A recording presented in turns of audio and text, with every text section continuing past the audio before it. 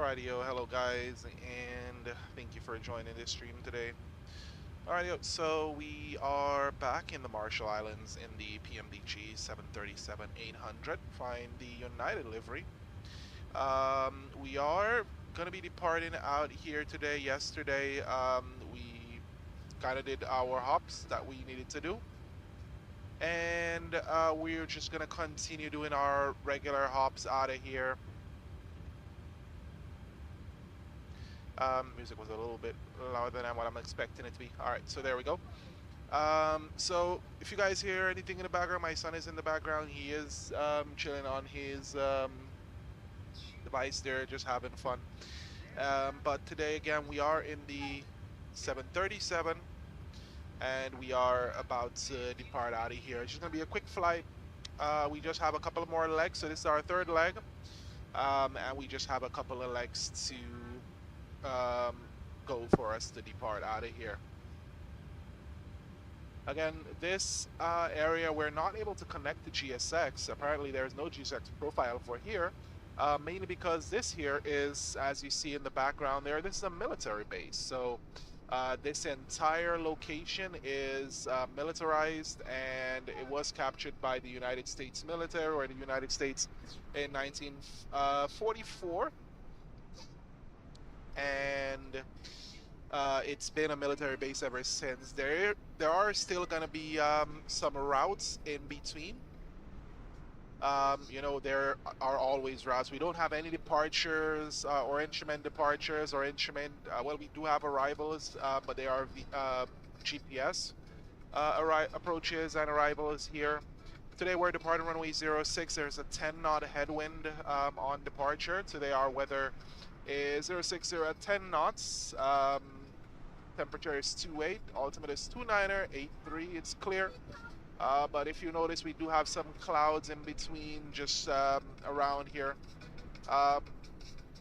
So because of the fact that we did land here and we did stop, we are simulating the fact that we requested ground power from the military base here that we stayed over. You know, it was one of the times that we have to actually stay over, and we did get authorization for that. So we are just going to load our passengers back again. They were held, you know, they were all here, and they're moving in between the islands. We're just moving a couple of passengers through the islands. So right now we're going to go ahead and pause that music, and we are going to go ahead and keep on doing what we do here, setting up our aircraft for departure. All right, so now our altimeters are set to 983. We're going to be climbing out to 7,000. Just bringing up my audio here. Now let's just zoom out here, turn on our window heats. Our hydraulics are able to remain as is. We're just going to go ahead and try to get our fuel going. Here, because we do not have GSX, now I'm going to go ahead and just do where we load everything up via the, we set our sim brief payload, we set our sim brief fuel, which is 19,900 pounds, and then we're going to select our route. Again, no GSX means that we don't have the luxury of having GSX do all this for us and load us and board us. I can show you guys, if I go ahead and select for GSX, it just closes, because again, this is a military base, and there isn't a GSX profile for this area. GSX just does not want to load or play all too pretty with this airport. I know GSX works because I did fly it today. I did an Embraer 190 flight from Paris to Vienna, and the flight went perfectly fine with GSX. So GSX works perfectly fine. It's just that it just does not like this scenery. Again, these are free sceneries. I've kept all the necessary information in the description of this stream. So if you guys want to take a look at it and maybe try it out yourselves, you can go ahead and do so. All right, so we have loaded up our flight plan here. We're going to go ahead and check out our departure. We're departing runway 06, and that's basically it. Nothing more, nothing less. Let's go index. We're gonna pop up our arrival. Now on Navigraph, I do have my Navigraph open here. And our approach is gonna be an RNAV for runway 05. We're gonna add that to the route. And this is an offset approach, so we will talk about that a little bit more when we, hop in to do our flight. Let's take a look at, okay, LECWI. Let's go ahead and select that, execute, and so our approach is already set up. We're gonna turn on our APU so that we could, get ourselves going and situated. Now that everything is the way it should be, so we're gonna wait to hear that beautiful startup sound.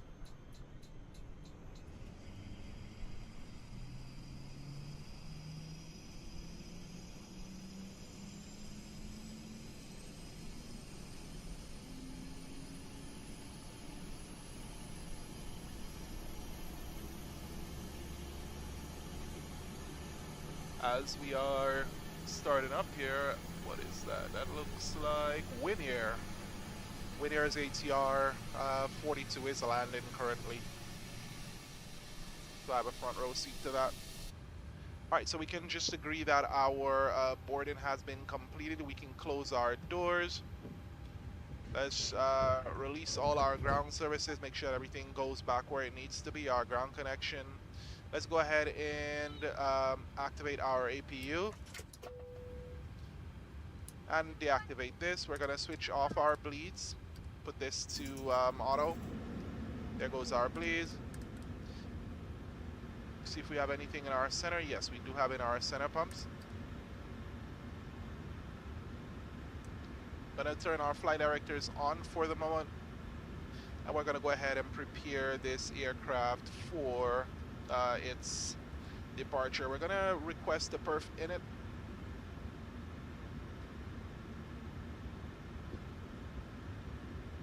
And right now, I'm just gonna go ahead and pull up our info here.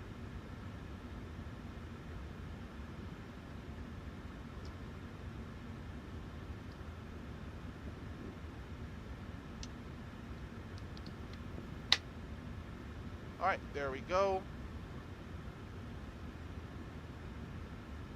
All right, let's hit start, and we are all set for us to go. So there's going to be our boarding announcement by United.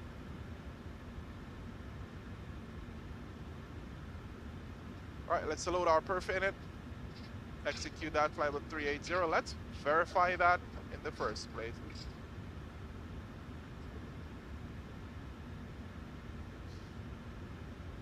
All right, check our VAMSys. It's flight level 360. We're gonna change this. Execute that. 19.9. Set that.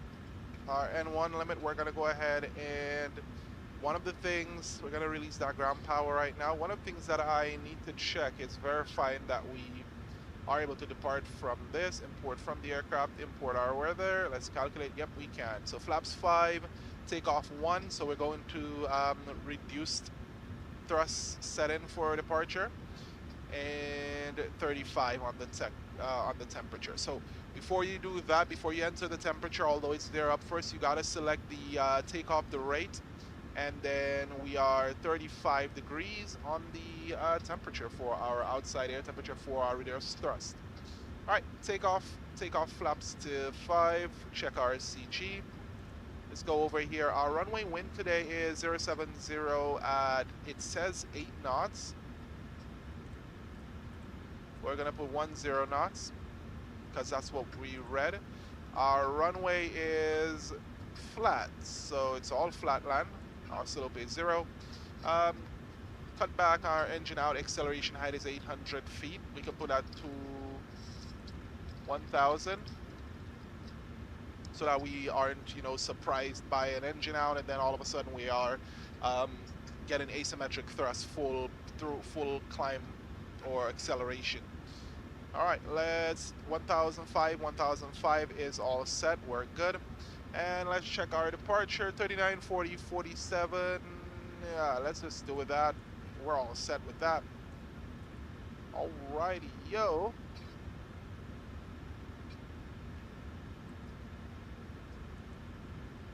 For some reason, I think it does not want to go up to 360, but you are going to be 360 today. All right, there we go. We are all set and we're ready. All right, so we are ready to depart today. We're going to switch our anti-collic lights to on. Someone has an iPhone going off there. I almost forgot that we need our V-pilot as well because we are going to be doing this via Flightsim. We're going to file our Flightsim flight plan. That's United 154. File that flight plan right now. And we're just waiting for a V-pilot to scan again, like I have anything extra in here. Boeing 738. Disconnect. All right, we're 22.8. Alrighty, so here we are on our Unicom frequency, and it's a startup and taxi out. So we are all set for our departure today.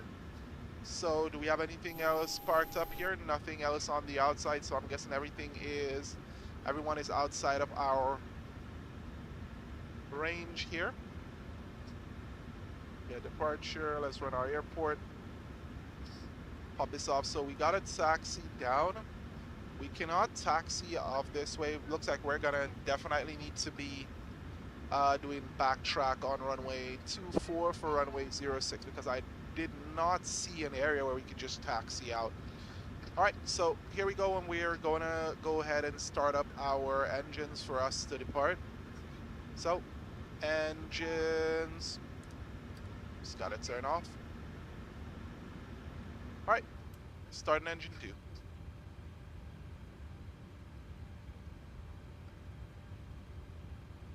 Engine 2 rolling.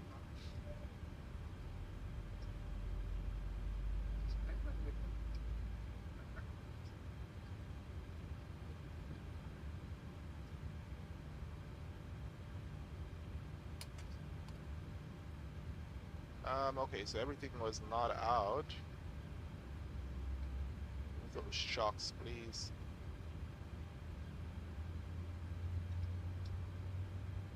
Thank you.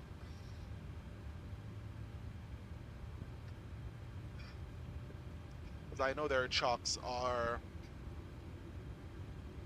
on the right and left hand side. In Dominica, we put the chocks on the nose and that's it. We put the chocks on the nose gear and that's it. All right, engine 2 is running. Let's go ahead, engine 1.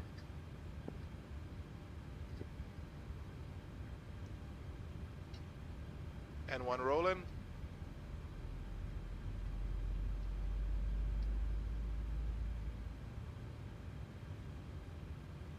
All right, we got a good N1 rotation. Let's go ahead and introduce fuel.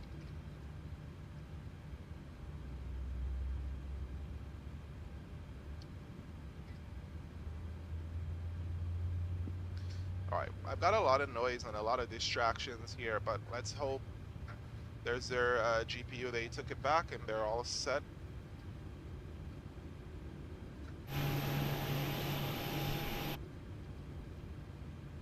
Yeah, we did.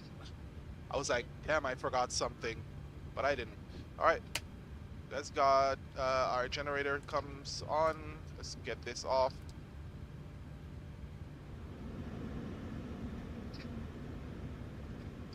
Wait for it to stabilize, and then we should be able to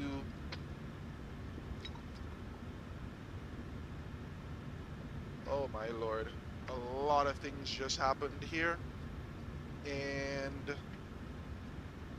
I've got a lot of cleaning to do once I'm done, or once I get up to cruise.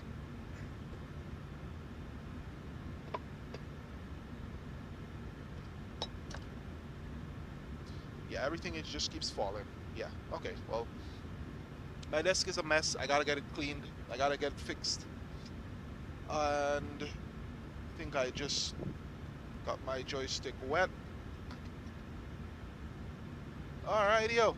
Okay, so we can get up and go out.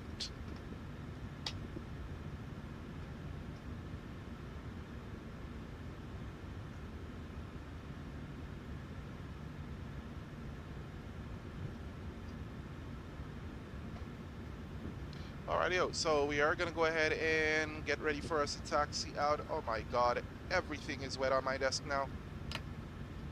Alright, flap select flaps 5.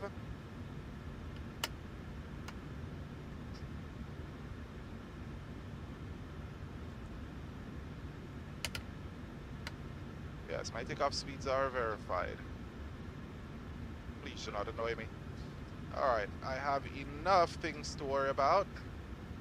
Yeah, it's they are all verified. Why are you worried about me for? Alrighty, up. So we're gonna go ahead and taxi out right now. Let's get our second generator on. Switch our APU off. And let's say goodbye to our friends here at the military base.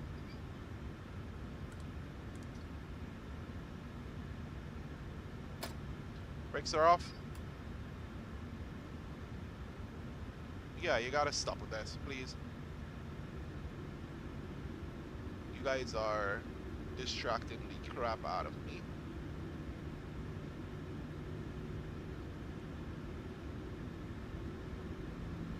Let's get some power for us to leave.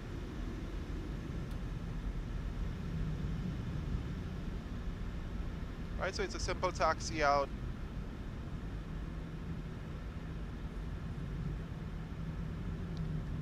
As we leave the military base today.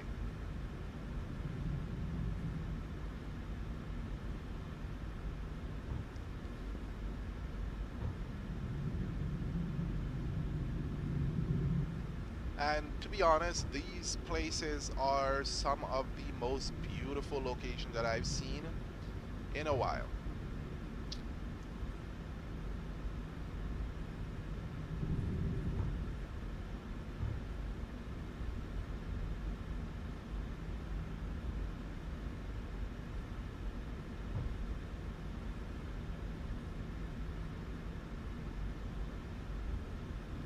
Alrighty, so again, we are just about taxiing out. We're gonna go ahead and call and let...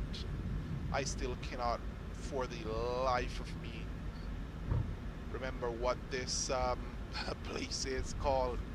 I'm gonna see if we can see a taxiway as well. We got our TCAS still off. Again, we are on a military base. We don't want to be fully targeted just yet.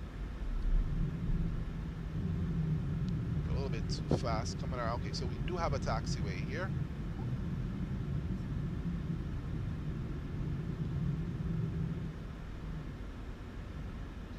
Alright, imagine you being a passenger and we're cruising and coasting.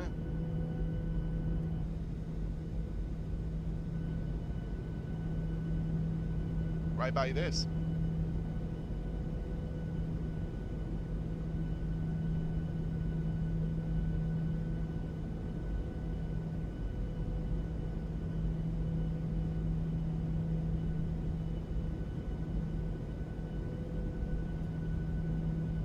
I think we did clip a wing, did we?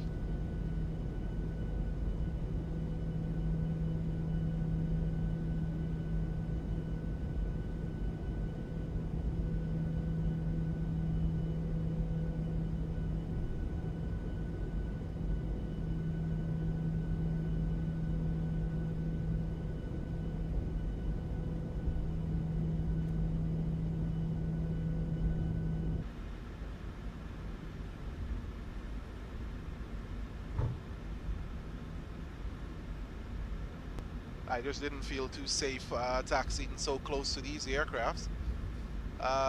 So here we are, we're doing 20 knots on the ground and we are taxiing via Alpha.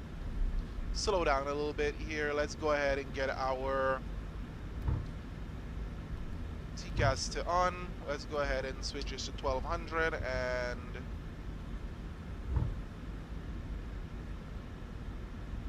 here we go, taxi now.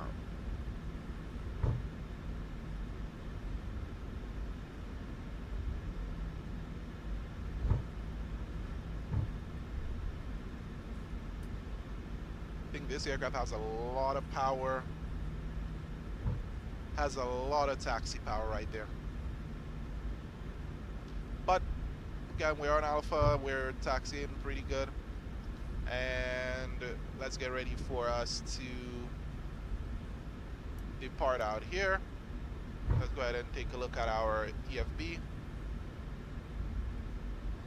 Alright, so we're still a ways away. We're preparing for everything. Flap select 5, indicating. Flap 5 selected, 5 indicated. Got it. Alright, so runway heading is 064, so we're going to dial that in here. Oh, no, we should go this way. I think we're just barely in between, so it made no sense to really go the other way. Either way, we would have done the same amount of turns.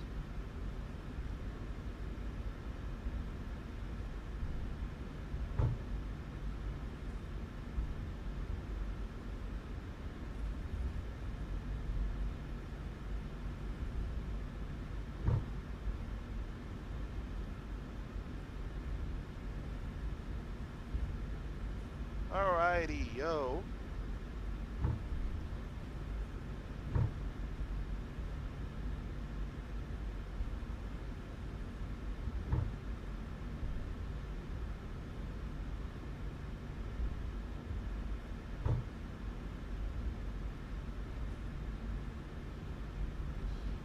Okay, so Kosrae is our next destination. We're gonna stop here.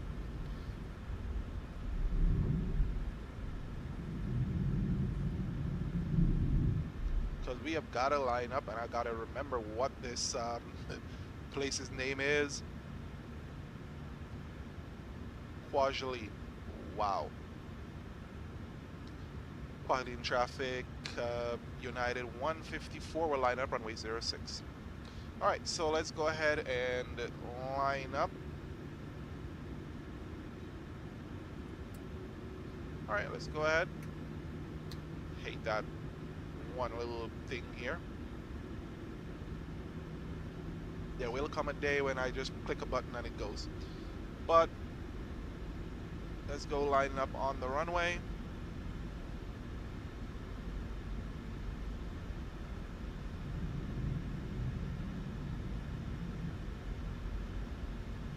Alright, so we're gonna do our Airbus style of lining up. Slow down right about here, and there it went.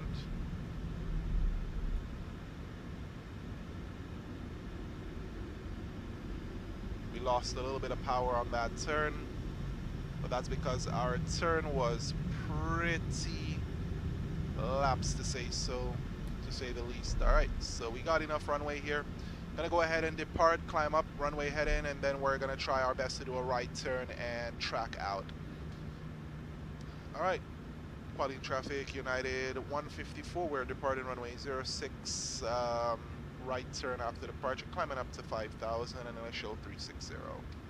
Alright, so we're going to go ahead and add some power, foot on the brake, auto thrust is on.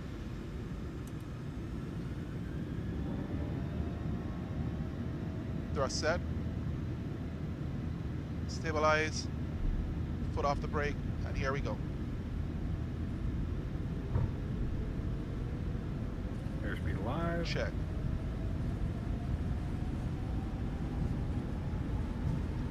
$80 knots. Check.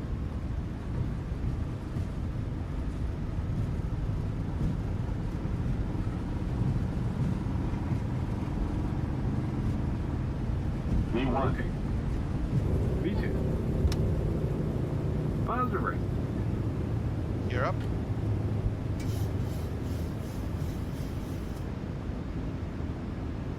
Positive brake, gear up. Coastal lights to off.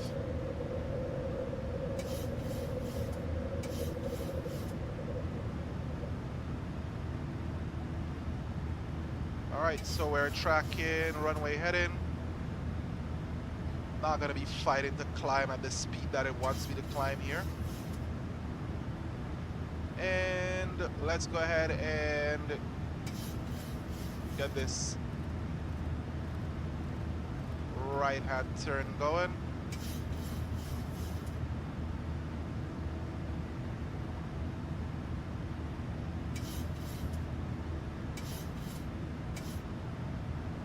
Alright, let's go ahead and select.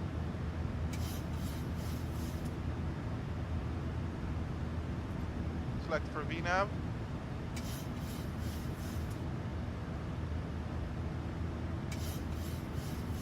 Alright, let's trim.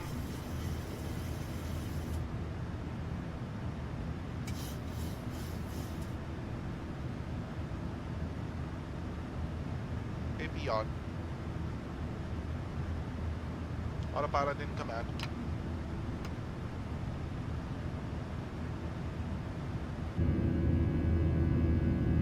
There we go. Beautiful.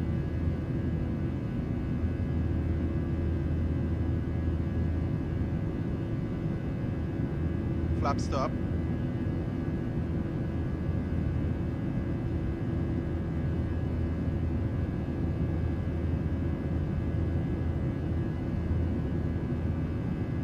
We have some pressure waves happening right there.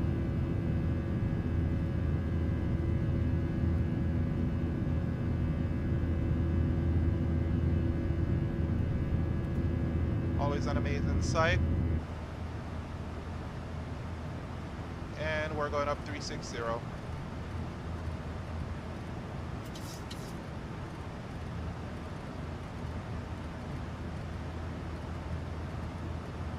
Behave. Okay. 360 is set. And we're LNAV. Alright, so we are standard set.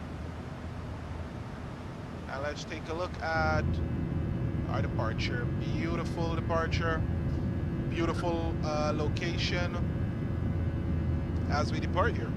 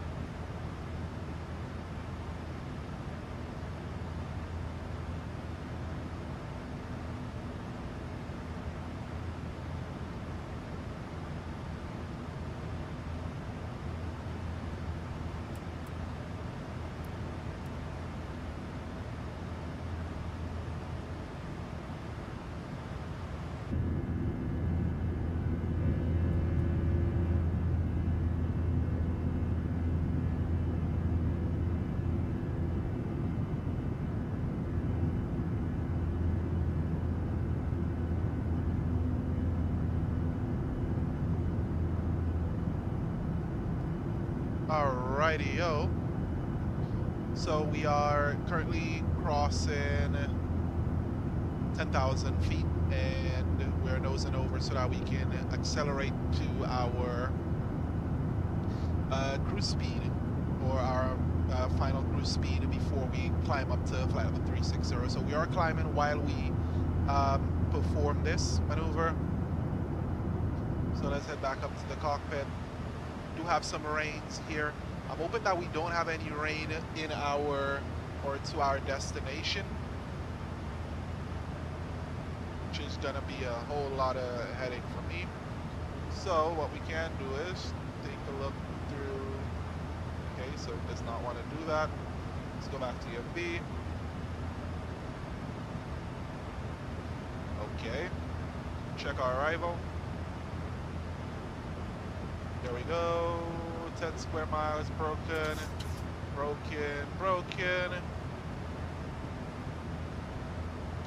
It's a little bit iffy.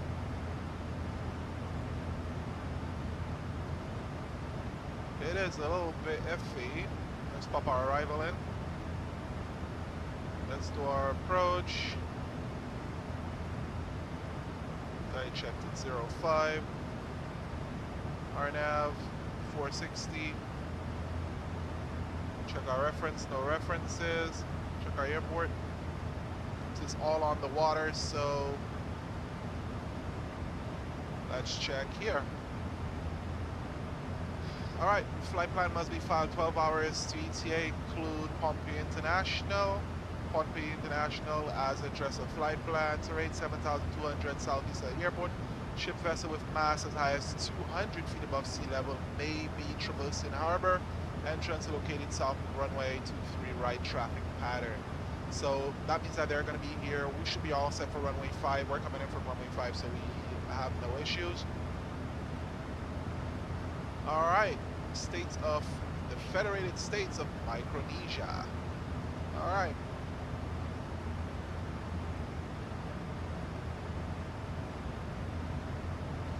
Alright, so we are heading up to cruise. Let's go ahead back to our seats here so that you can take a look at the weather out here. This is not Rex weather. Rex gave me all clear weather, so all this was clear, whereas the real world did show cloud layers around here. So Rex not doing too much of a good job. It may have changed it up, but I don't think I want to take that risk yet. Or I may have just, you know, done it incorrectly. So yeah, we're climbing up to cruise. Let's see what's how we're gonna go on forward.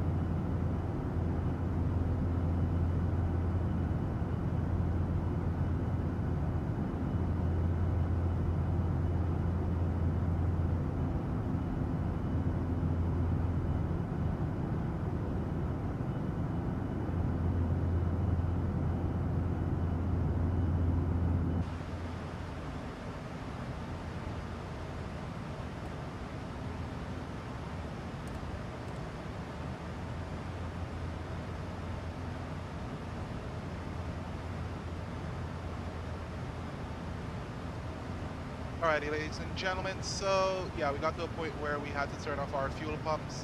That was the most noteworthy thing that happened, and conditioning. All right, so auto fail. All right, let's get to this post to fix this air conditioning problem. Switch this over to manual. And where's our valve? All right, so it's going up. It is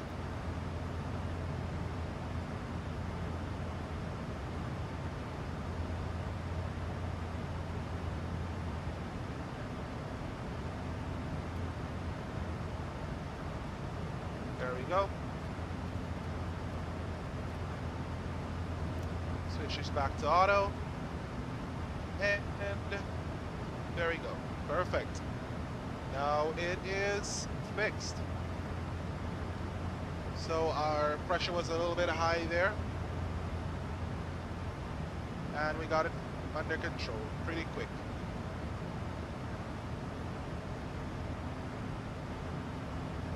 All right, now, and again, these are things that you kind of learn how to fix pretty quick on your own.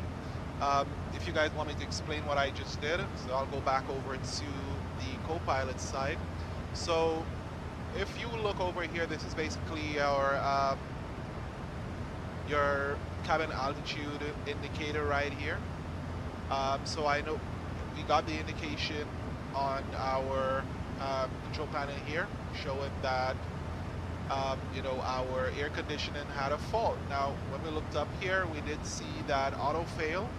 So that means the automatic pressure control was not working properly. So what we did was switch it over to manual.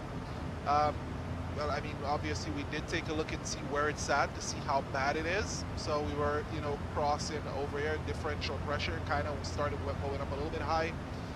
So what we did was we switched it to manual, and then we closed the valve. That means that we allowed pressure to build in the cabin itself, and that dropped this down, so differential pressure went back down. This automatically came back to showing 10,000 feet. I switched it over to 360, then I switched it back over to auto and allowed the aircraft to do whatever it needs to do to maintain our cabin pressure. So pretty quick, pretty easy. You know, as soon as you see it, you get it resolved quickly. If it did go to the point where the altitude, the horn started blaring out, then that would typically mean that our oxygen masks were deployed. It wasn't, so we're all set. We're all good. All right, there we go. Let's pop this out. Take a look. Zoom out. Zoom back in. Here we are.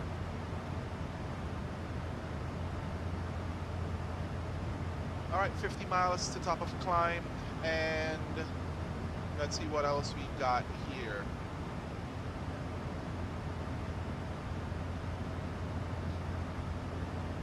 All right, so just to give you guys a little bit of headway on our destination, Kosrae is the gateway to Micronesia, so basically it's where you start in the Micronesia. So the international airport serves the easternmost state of the federal states of Micronesia, built on an artificial island about 150 meters off the coast and linked by a causeway. It opened in January 1984 and has become a critical hub for the island's connectivity and economic growth. Now it's a small island, and again, we are headed there to drop off passengers. See, now we were making stops in between. We flew from Honolulu, so this is, you can actually look at our legs and you can see where we've flown from. So we flown from Honolulu down to Majuro, which is a pretty long flight. This is basically one of our long ETOPS routes, so you're basically out in the middle of the ocean. The only ETOPS alternates that you get is your departure and your destination. So those were my only ETOPS alternate. It was about 5 hours, 20 minutes of flight heading down to Majuro. And then from Majuro, we took off, you know, like about 10 to 12 minutes later. And we headed down to Kwajalein, where we took off from previously. Kwajalein is basically now the Bulge Army Airfield. Was built by the Japanese in 1943 as part of a fortified naval base captured by the U.S. forces in 1944 during Operation Flintlock, and it was rapidly expanded to a major hub for bombers and reconnaissance aircraft, supporting the Allied push across the Pacific.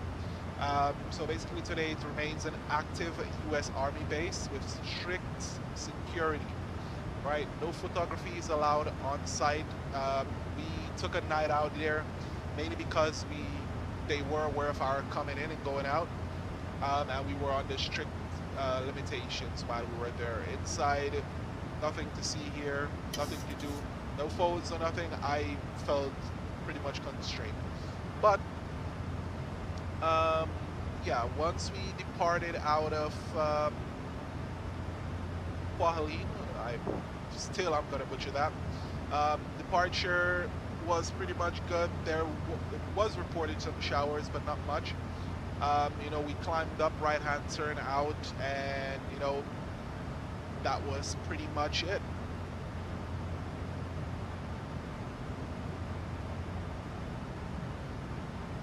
And now we're heading over to Kosrae, which again we just mentioned, you know, was built on an artificial island. This is all an artificial island. You know, so where we're gonna land, it's basically an artificial reef or an artificial island that they built the airport on.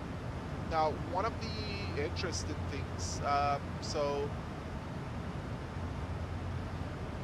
it's the runways, you know, it juts out from a man-made island into the ocean. It's about 5,200 feet long. So you definitely need precise touching down. The visual approach is offset by about 8 degrees due to nearby high terrain rising to about 2,000 feet AGL off the right side. So if you want to go around, a left-hand go around is necessary, so you don't want to be flying in and then having to you don't want to be having to go in right and having to be climbing out at a really ridiculous amount of power, or you may, or you know, anything can happen and cause you to impact with terrain.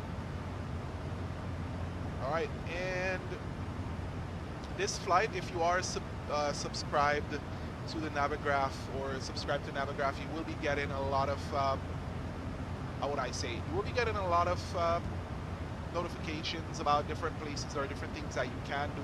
It is a very interesting thing. I found it because I do fly for United Virtual, and I was like, hey, you know, it would be pretty nice for me to head out on this. So that's why I did it. And, you know, it's a pretty amazing area for you to, you know, take a flight out.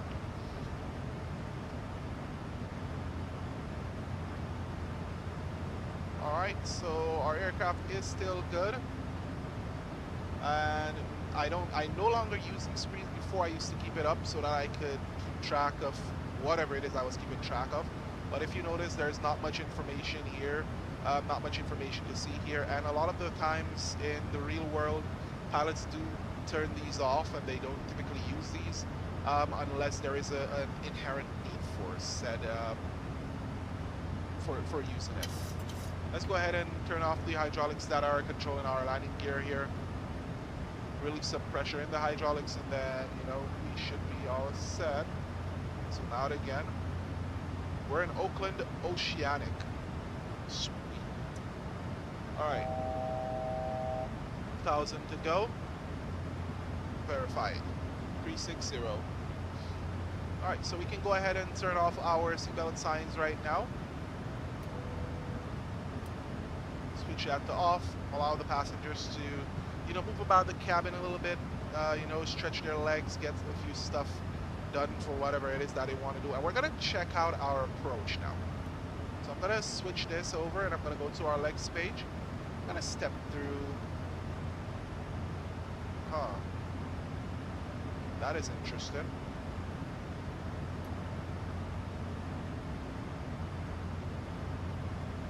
Are we gonna be... this is too good to be true. Are we gonna be passing by... I think I'm gonna be needing to do that left-hand traffic. If this is water, then we are gonna wanna be passing by off of the left-hand side and coming in through here. Again, this is an offset approach coming through here and then back around. Let's take a look at the approach chart. So, approach chart 05. So we come from here, and then we go through here, and then we're in here. Okay, so we're all set. So it's going to be on the right-hand side.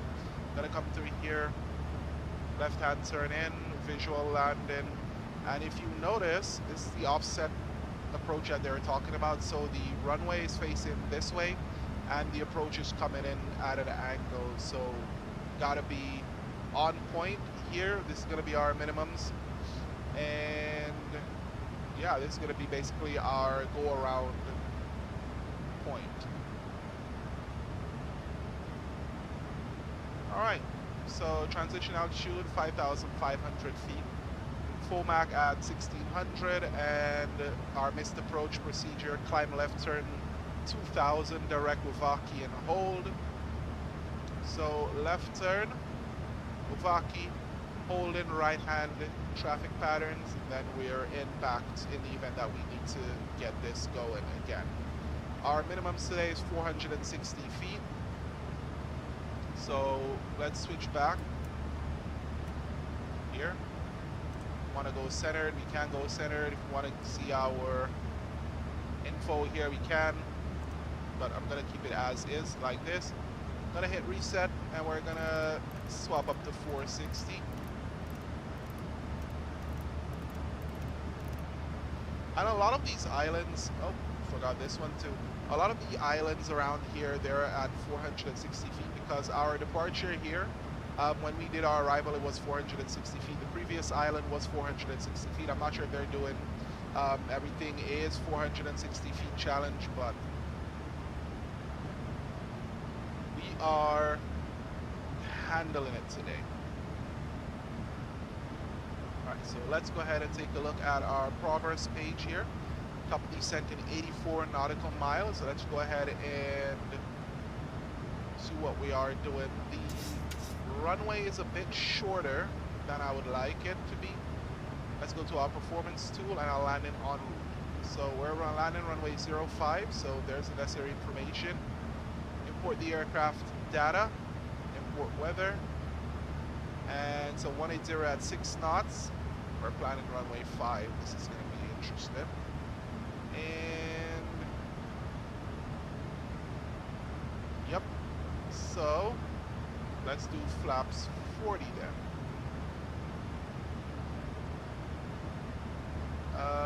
Max auto. There we go. So the braking action has to be on points today, guys. We need 4,064 feet. So that means that we're going to be coming over pretty low. Going to be coming over pretty slow.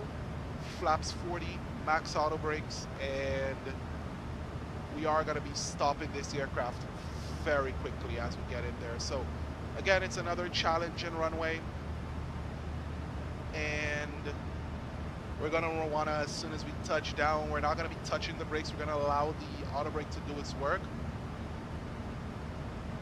so that we don't, inherently cause any issues or faults for ourselves.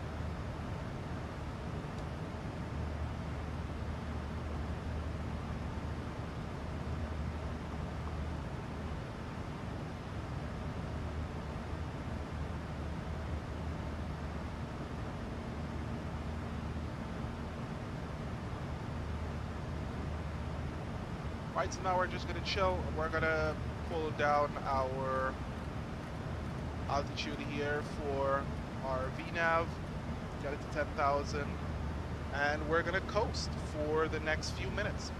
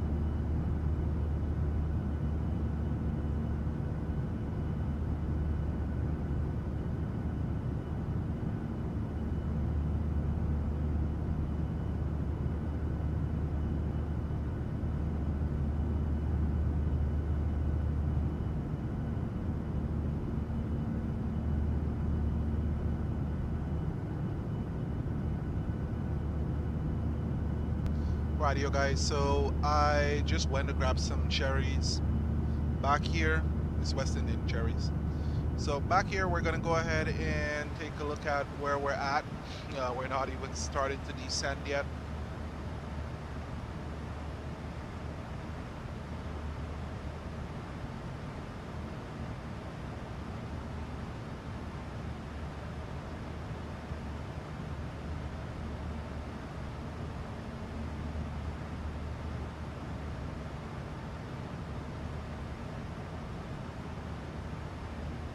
Right.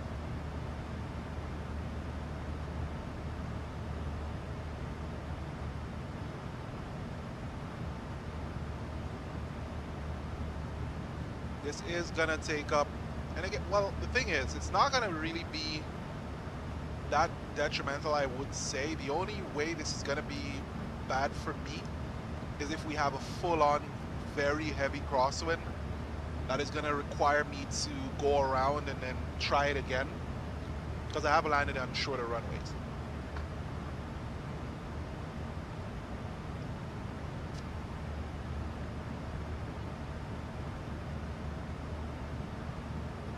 All right, back saddle.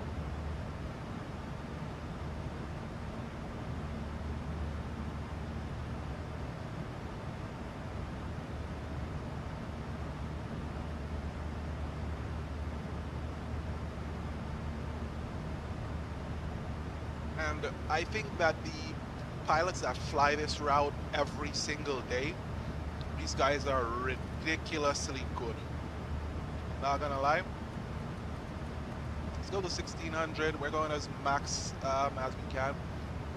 The guys who fly this, man, they are ridiculous. Switch on our weather radar again. See what weather we have ahead of us. Nothing too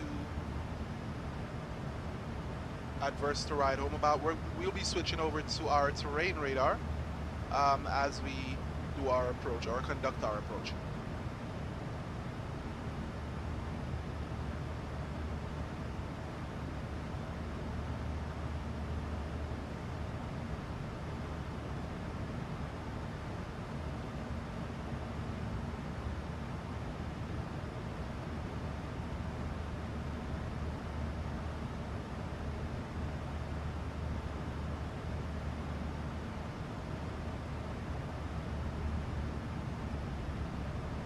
Like that would have changed something. Oh my god. That changed nothing. Here the aircraft's pulled back a little bit there for it to maintain its speed.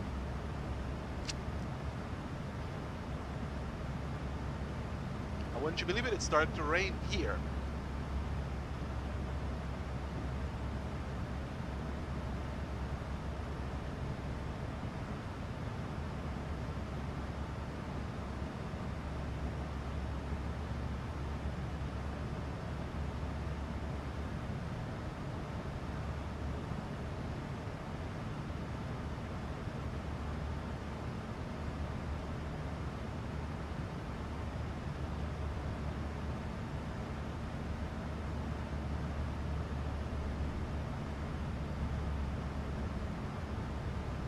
All right, so we have started our descent. Please keep your hands and feet inside of the vehicle at all times.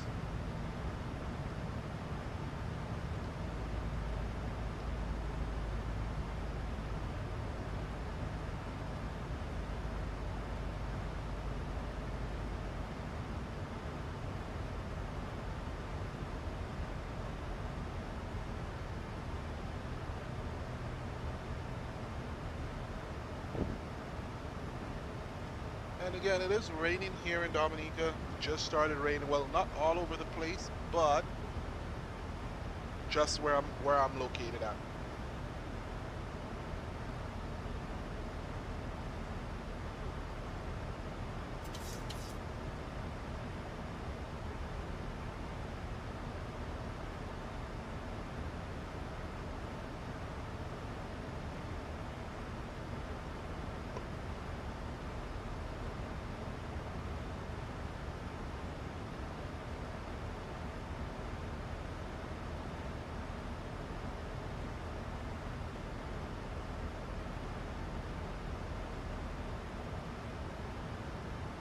Alrighty, yo.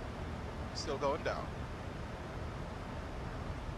We are still headed down. I think I got multiple stops here in me. It's about 6 hops.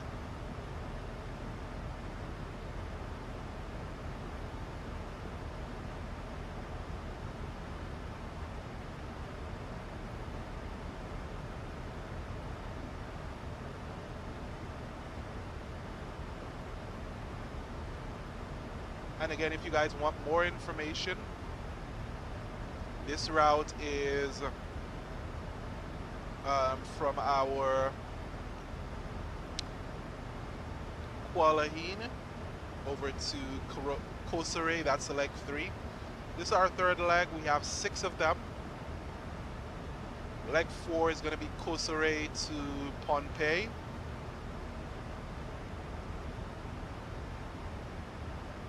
Then we got Pohnpei to CHOKO.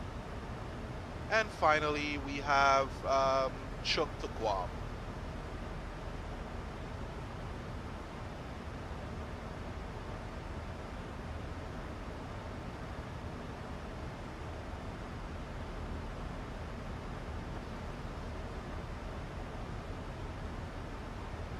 And from there, we can decide to fly direct back to our first initial airport, which is going to be Majuro, and then back to Honolulu. So after we've landed at our final destination, it's going to be in Guam. We can head back over to Majuro and then fly back to Honolulu, where this is going to be it for the flight, really. We can maybe get that done tomorrow. I'm hoping. I'm seriously hoping that we can, but we will see.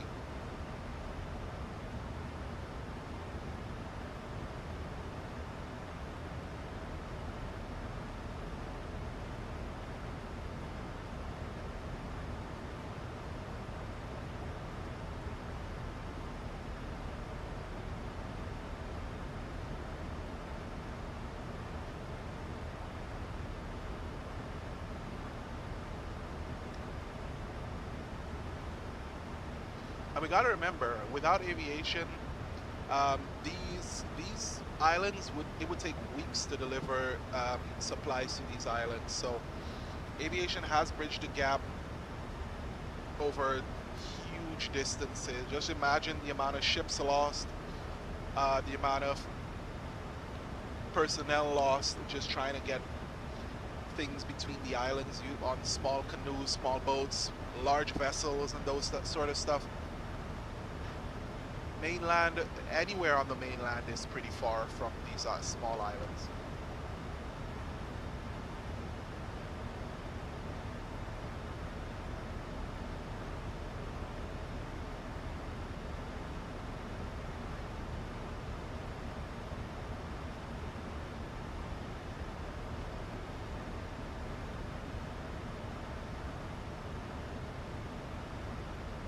From here, this does not look like a good show.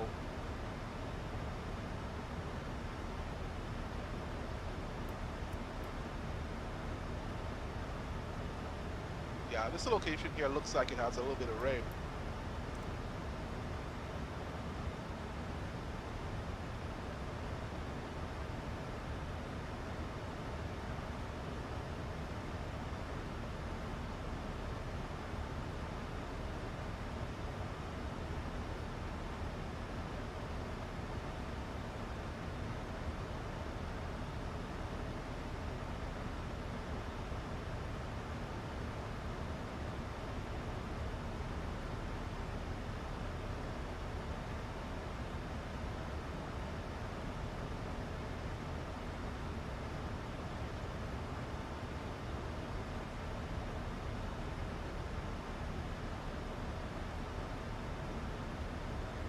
Yeah, not much to see or do here.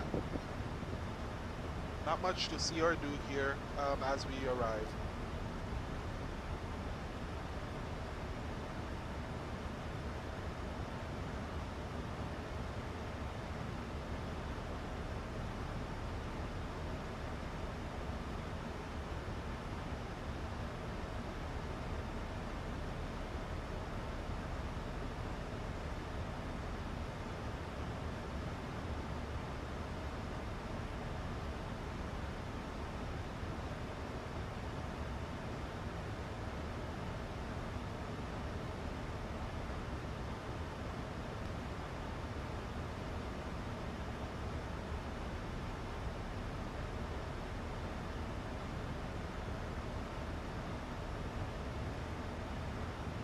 Right, so we do have some rain right about here. I did see it on our weather radar. It may be over the island. I'm hoping not. I'm definitely hoping not.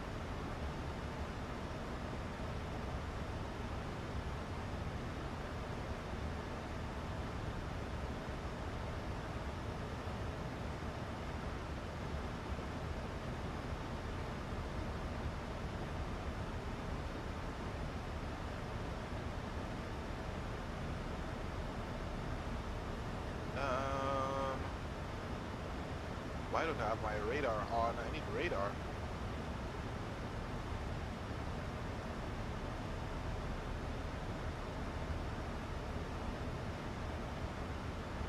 Okay, so Navigraph does not show any rain really around there.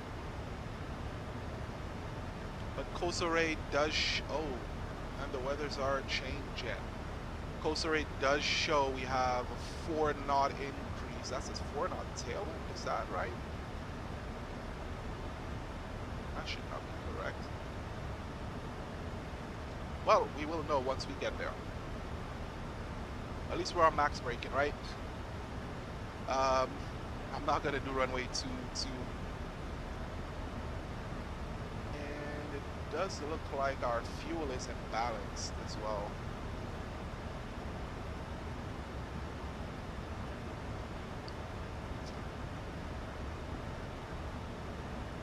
Our fuel does look imbalanced.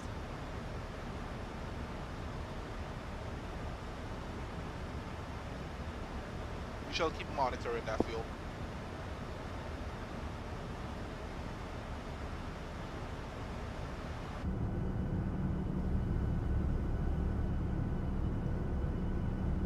Don't see no fuel leaking.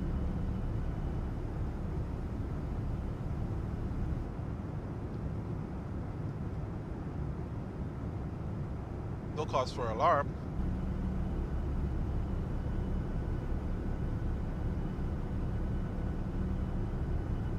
Well, we'll just monitor. But just keeping an eye on this fuel. It is imbalanced. Did I just see this cloud just render in? There's more popping up. Okay.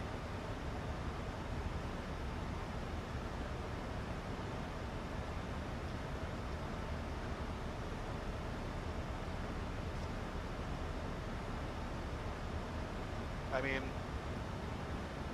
these cherries are delicious.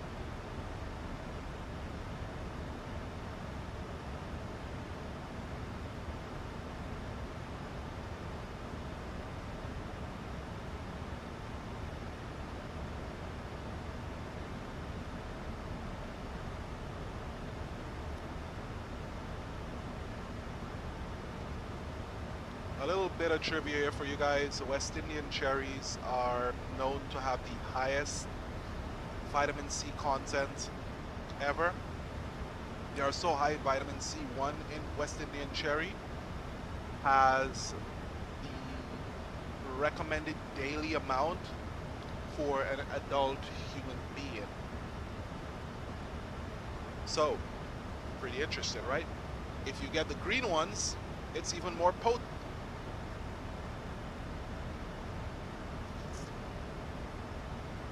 These cherries are delicious.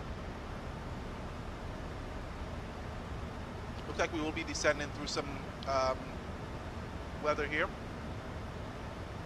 We shall prepare to turn on our engines mode. I would say engine mode selectors. Let's go ahead and let our passengers get back to their seats. We're going to switch our engines over to continuous once we approach a little bit closer and we start going through the cloud. 40 mile. You can see that rain right there.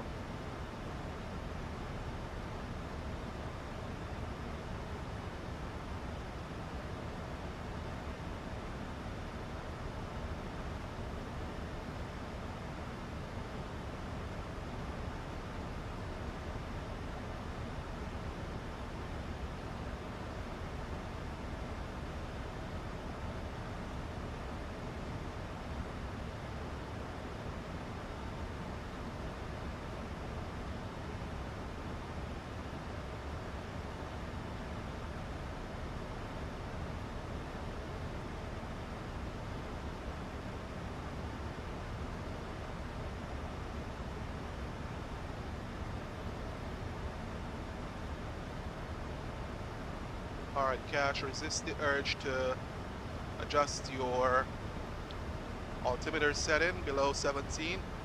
It's 5,500.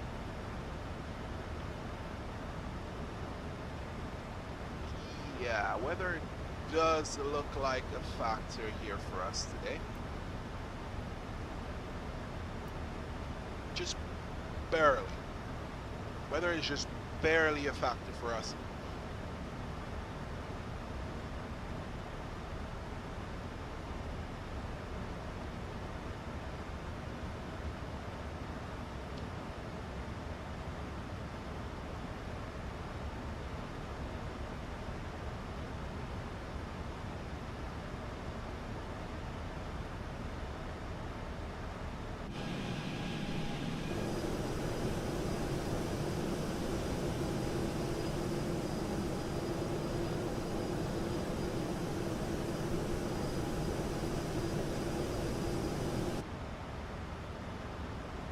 I do not like that weather, not one bit.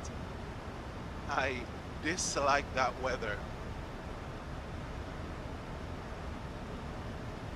That weather does not look like it came to play nice.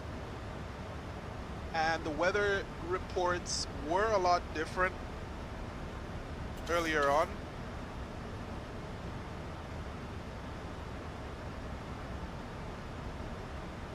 But now,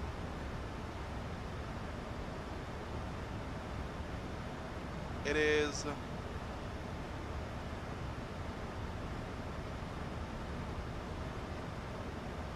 going.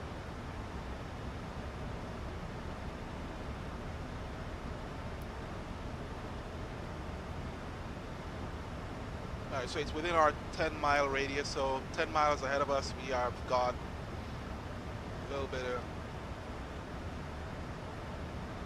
of rain.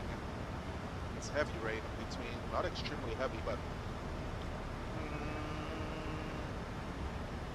chances are turbulence as well.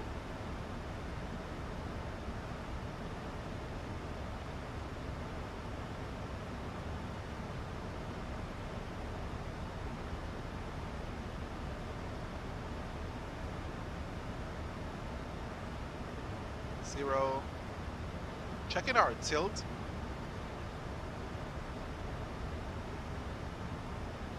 To see where we're at.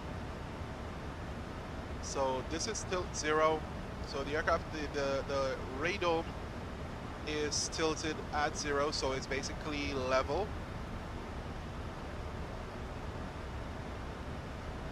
And we aren't seeing much rain, so basically it's just cloud cover once we get down. So this is pretty much a level with where our nose, what our nose is facing, but I believe that all these have rain or has water, moisture above them.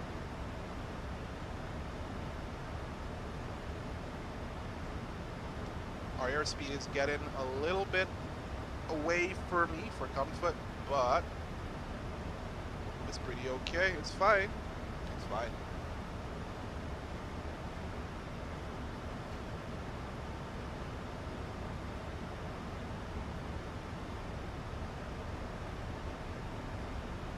You can see the approach path for runway 22.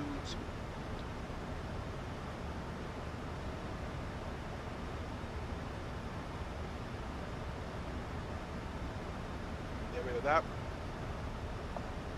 And I think we are seeing, is that when, oh no, that's sunrise. Okay, sunrise departed. Out of Dominica right now. Alright, our airspeed is getting a little bit out of hand. I'm gonna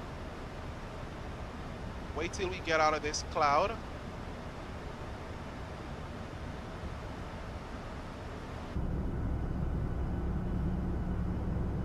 Amazing. Cloud exit. Get a little bit of speed breakout.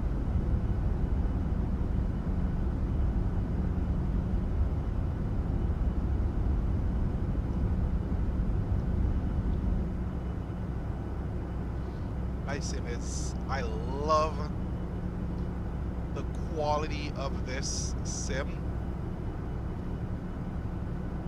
Let's check to see if we're going through something else.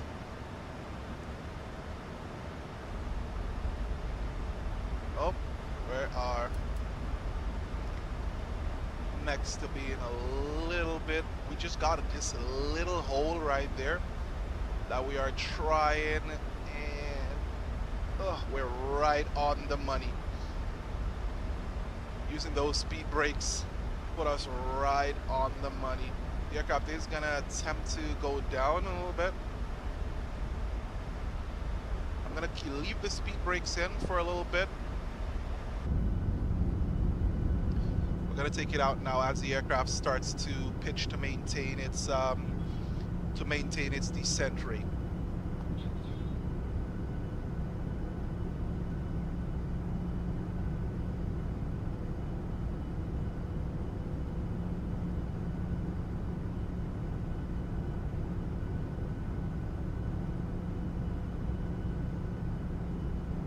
All right, there we go. We're bumping through some clouds there.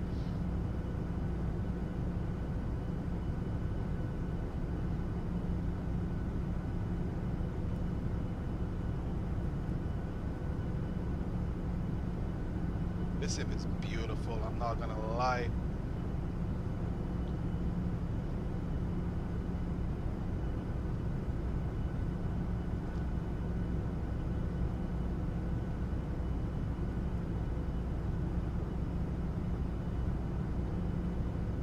Kosrae Traffic United 154, we are in the circuit, 9er or 8,000 descending for runway 05 visual approach. Alright, so not seeing any rains yet. We are through clouds and we're not seeing anything on down here yet. Don't want to be over speeding here.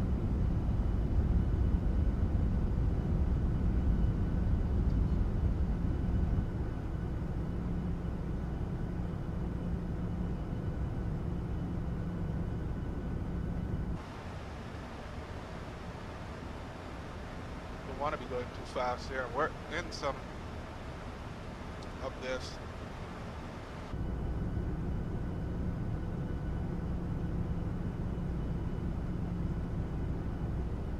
Hopefully we can get you guys a view of the location we're about to land. You can just barely see it.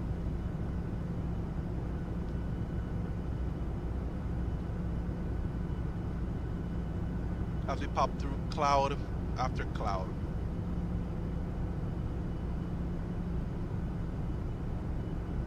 There's the island, there's the runway. Beautiful location. Gotta get our approach view rep selected. Flaps 40. And there's the rain.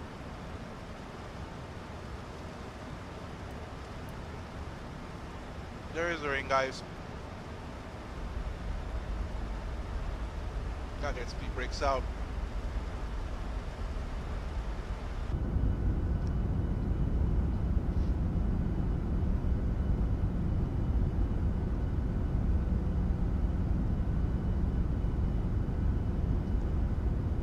Just a little bit of isolated, there's a little bit of rain, man. And we got a rain right on approach. Hopefully this runway is not as wet as it looks. We did go over, or we did overspeed a little bit there with our, on this approach. Still are getting a little bit of rain, but nothing too major. This is a little bit of isolated showers right about here and here, but it looks like those showers are over land and not within our land. And here we are on our map. All right, standard check.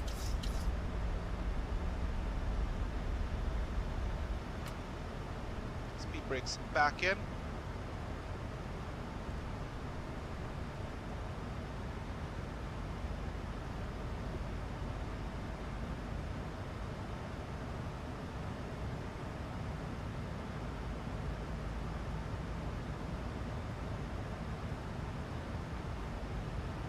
Alrighty, yo.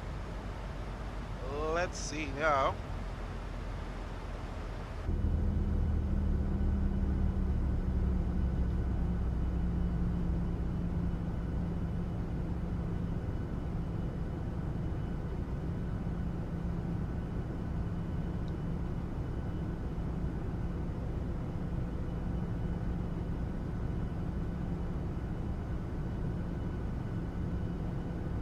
There we go. Nice roll.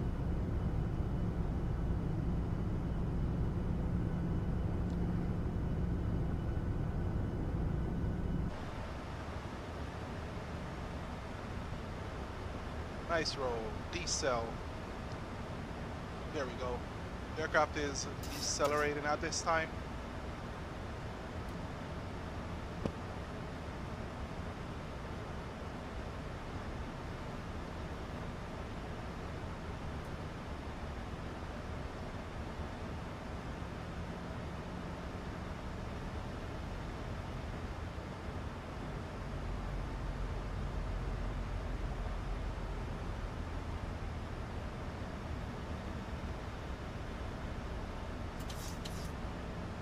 Get our approach mode. Now let's go to check out with our passenger. We're gonna go with flaps 1.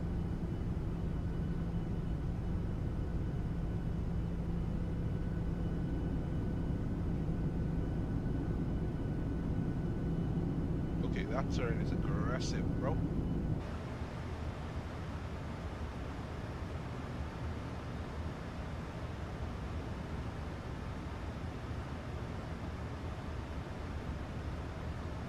We are fully aggressive on that turn. Again, this is an offset approach because of the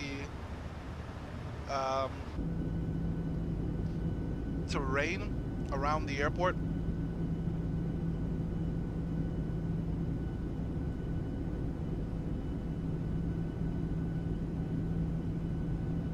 See how we do this approach here. Flap set to 5.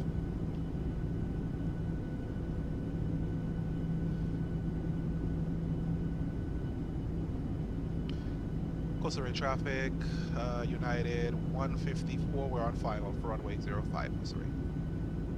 All right. Let's go back into the cockpit and perform this landing. Gear down. There goes our flaps. Flaps 2500. And we're going to reduce our speed. 150.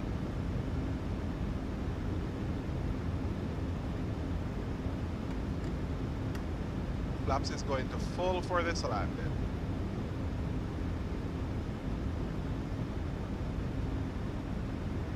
I have not even prepared my joystick for this landing either.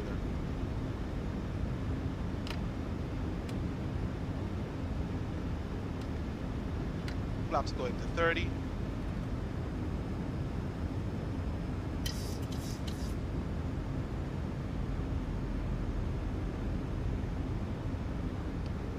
Again, this landing is going to be an offset. Flaps to full. AP off.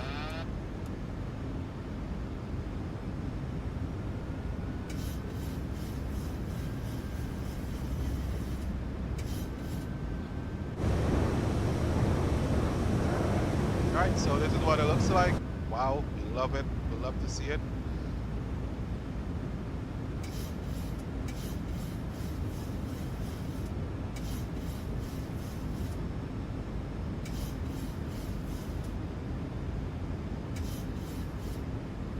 Gonna allow the aircraft to do its thing with the auto throttles while I do my thing with the controls.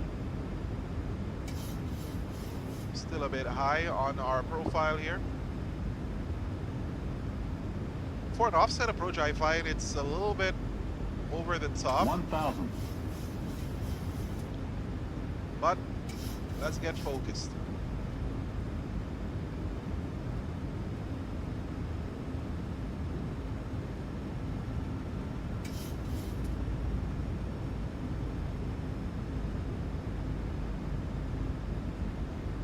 I usually look to the sides for me to gauge and judge where the water is, especially if I'm doing one of these types of approach, so I know what my, oops, so I know exactly where I'm at relative to the Approaching minimums. water. Minimums. Continue. 400. Oh, 300. hold it.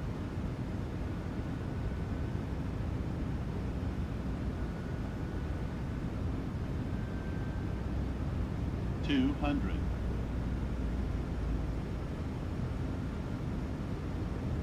100. 50. Sink rate. 20. 10.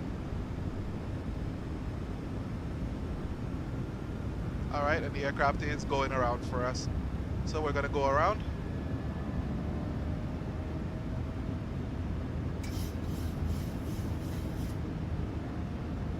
The aircraft did a go around for us, so we are gonna go around. Click on VNAV. Flaps gonna go up. Now we did not perform that go around. The aircraft just automatically went into the go around phase. So we are gonna allow the aircraft to do its thing in VNAV.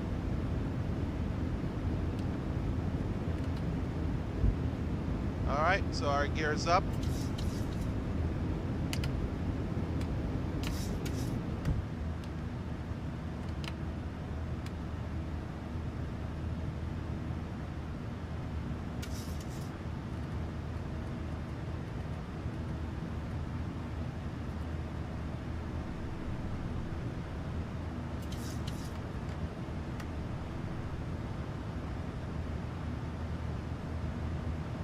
Alright, again, the aircraft, I'm gonna switch off our auto throttle for this one because I think it kinda like floated a little bit on that landing and then it decided to go into go around thrust because we crossed the threshold at a certain altitude.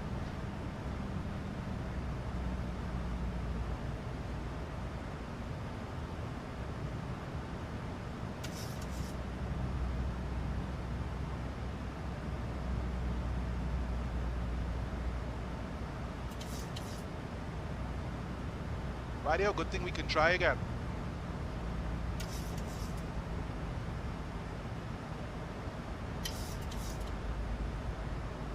RNAV 05, LECWI.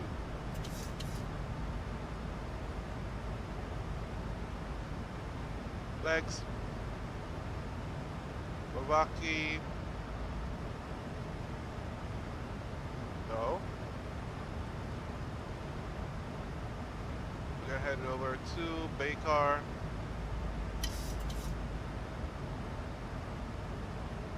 So we don't use our reserve fuel right there. So we'll maintain 2000.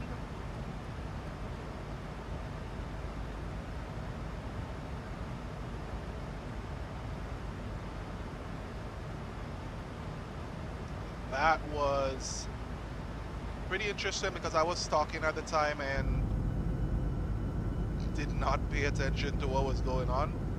But it's a quick turnaround and then we're land. So at least I felt what it feels like to come in here. So I know exactly what to do on the next round.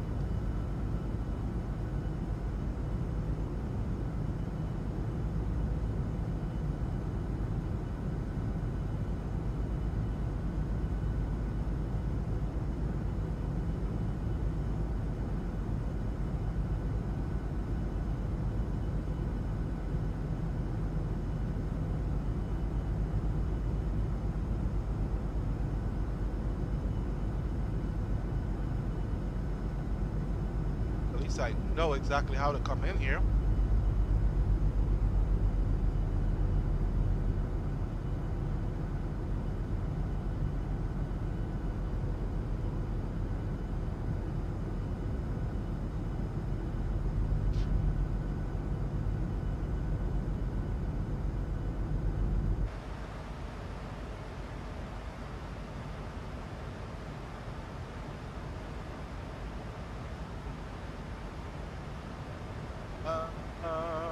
Let's go to Okano. Not go to Avaki yet. Just go to Okano and then 16.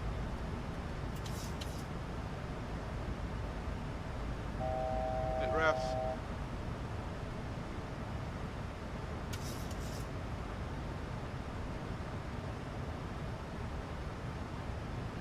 And level change. Let's reduce our speed here. Stick 190. As we saw previously, the winds changed pretty drastically when we upon our landing.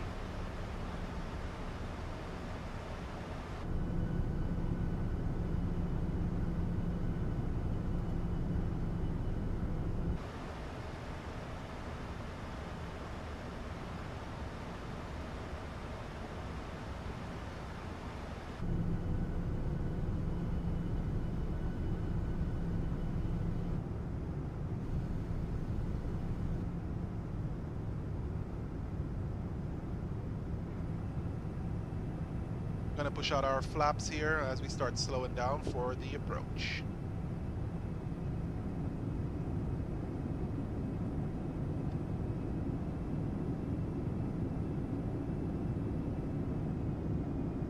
Wait. Alright, approach mode is engaged.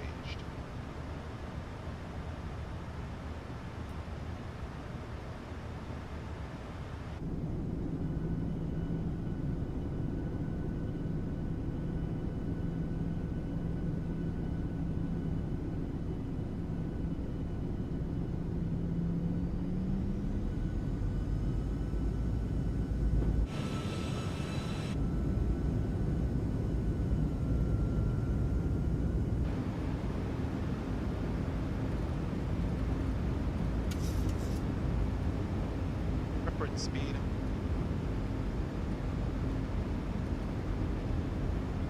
They're just a little bit slower.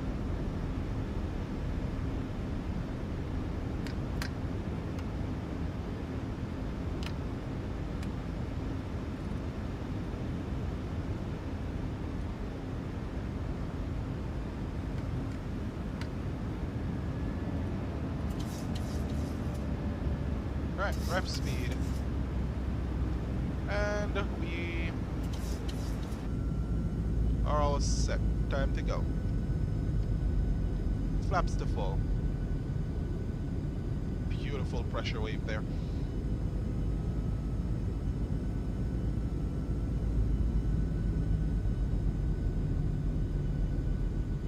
Here's the rain.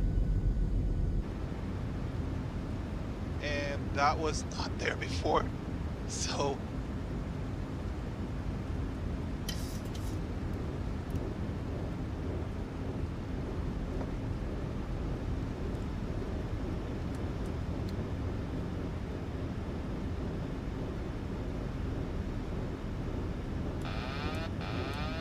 off.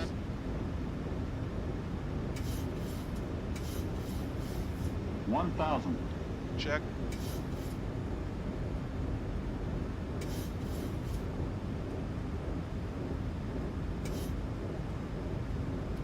Alright, auto throttle is disengaged.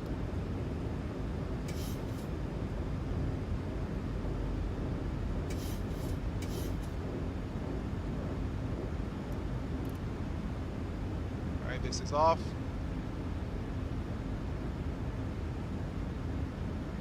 Approaching minimums. Minimums. Continue.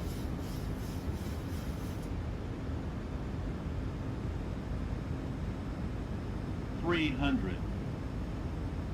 300 feet, and we are still a little bit off. 200. The aircraft bang.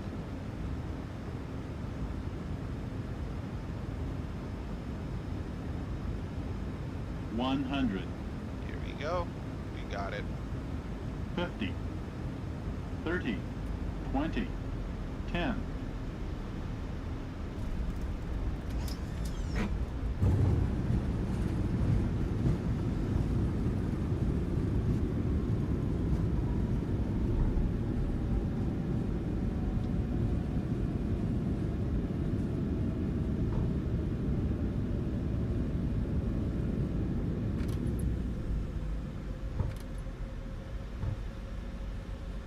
And welcome to Kosrae, guys. We have just touched down. Disarm our auto brake. Dump our speed brake. Get on our brakes here. Hopefully we do have a turnaround spot down there. It was a little bit quiet for me. This was a quiet landing for me. Could not have talked through that again. Get a cherry in my mouth. Oh.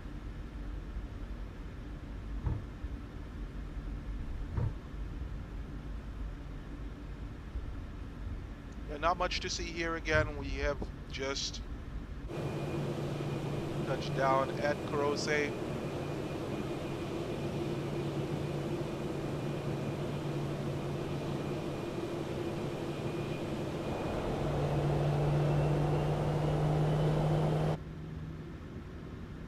Alright, after we come out of here, we're going to turn on our APU.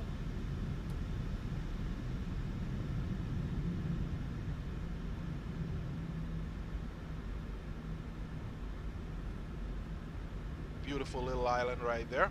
APU is going on.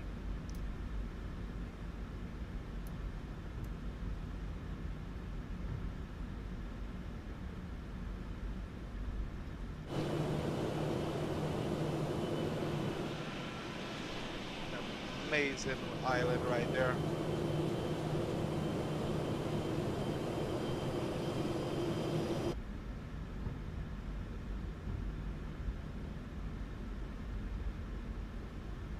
They still gave me a hard landing. Well, 278 isn't a hard landing, but it is a hard landing in my book. Anything above 150 is a hard landing in my book.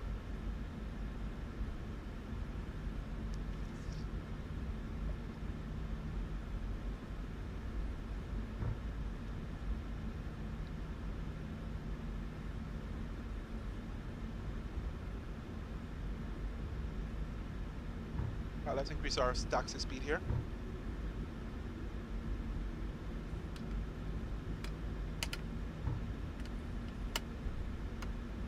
Get our flaps up.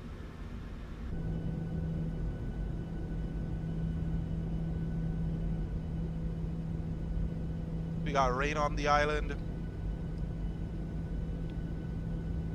And rain on the other side of the island. Those are like isolated showers. We have rain ahead. That was not there when we came in, which is very interesting to see. I believe we have rain behind. Yep, we have rain behind of us. So the island is pretty. The runway is pretty lucky that it's not rained on.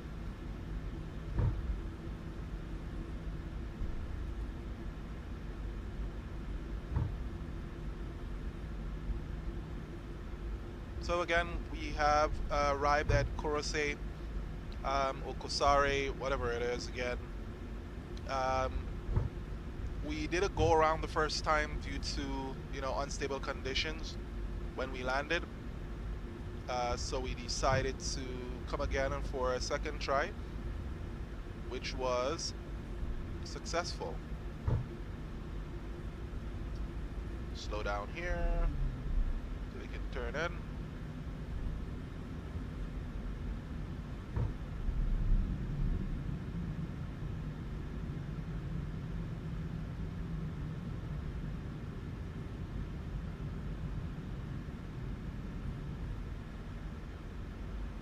There we're at.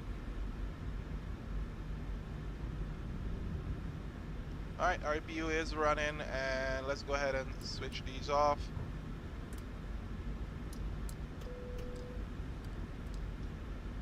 And turn into... Oh, I don't know where I'm at. I gotta go.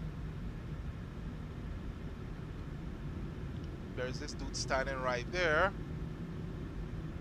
Like he can't hear anything actually. So I was about to say like he can't hear stuff, but I guess he really can't hear anything.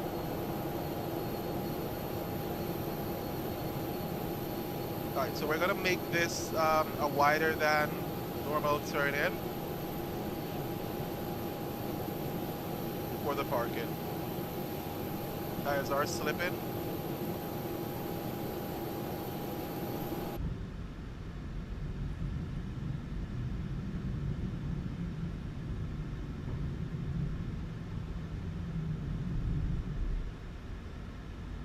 Yeah. You're not gonna make me stuff up this one little parking that I gotta do. I already went or did a go around. You're not gonna make me stuff it up. Oop, brake. There we go. Brakes are set. Pop our lights off. APU is on. Bleeds are off.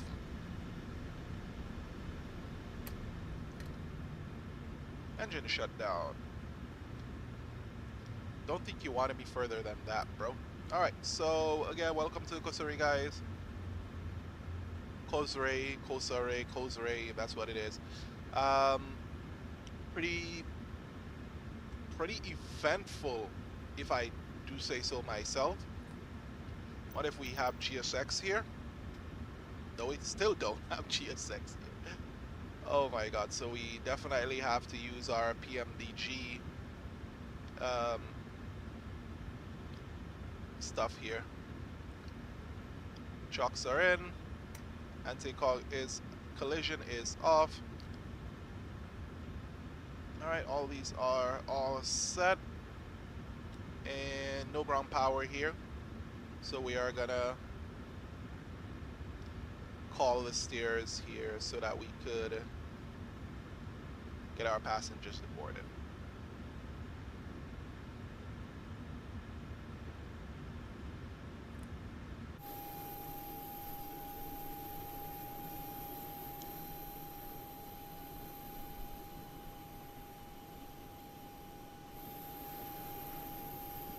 We're just waiting for the PMDG steers to come in. And then we can end the flight. Not the stream, but we can end the flight. We are not going to be... We're going to be doing another flight today. So let's see. Kosrae.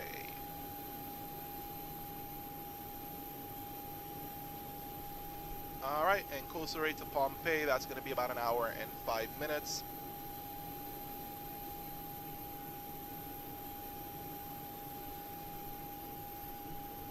Going to give our aircraft a minute for it to breathe. See, our brakes are a little bit hot.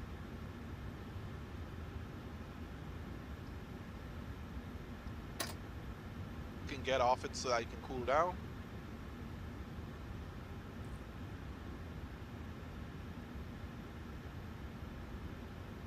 Gonna file that pirate. And we're gonna go for another bookend.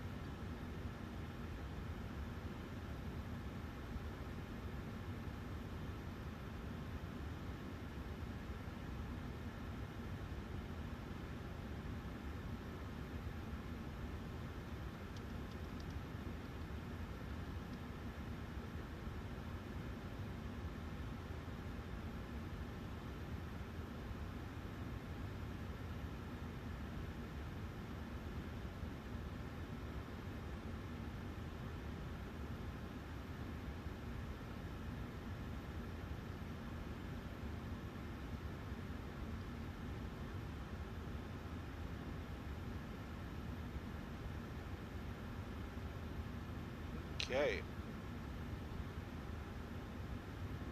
Alrighty-o, so there it is. Let's check our door. Okay, so that's open.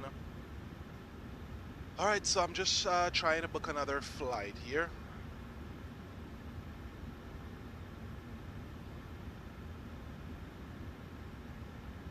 Wait a minute. Where's Vamsis? There it is.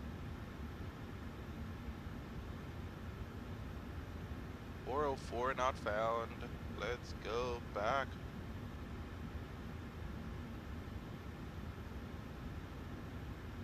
Alright. Book a flight to Pohnpei. 300 miles, United 154.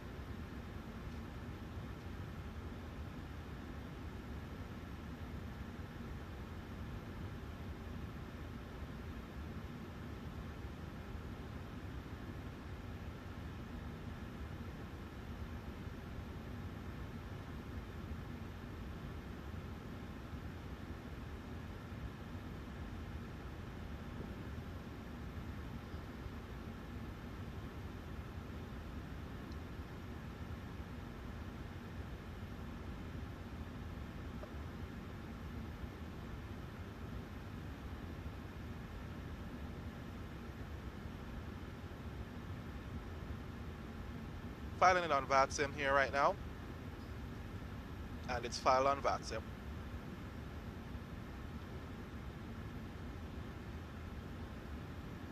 Go back to our EFB right now. Go to our home. And request a new SIM brief data.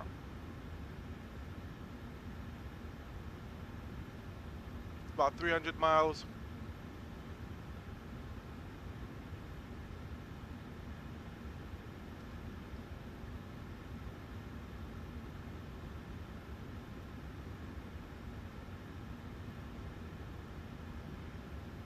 Wow.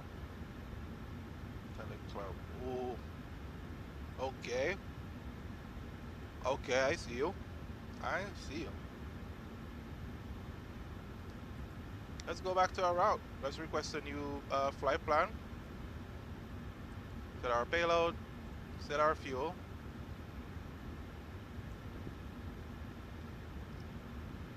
Gonna select our route.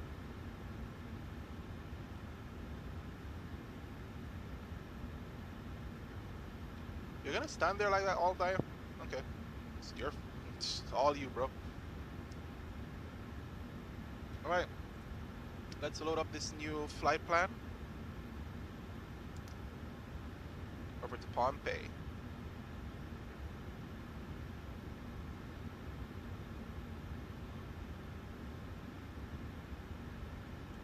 Activate this. Execute. Depart 05. We're executing. Alright, go back to the route. Perfin it. Performance request.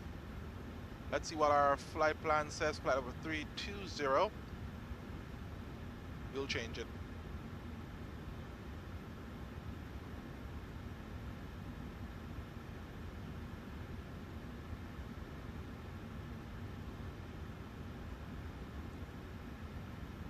That's 380 there.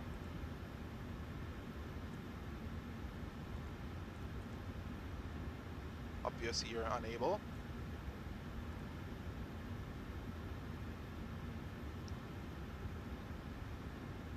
Alrighty, flight level 320. 24.4.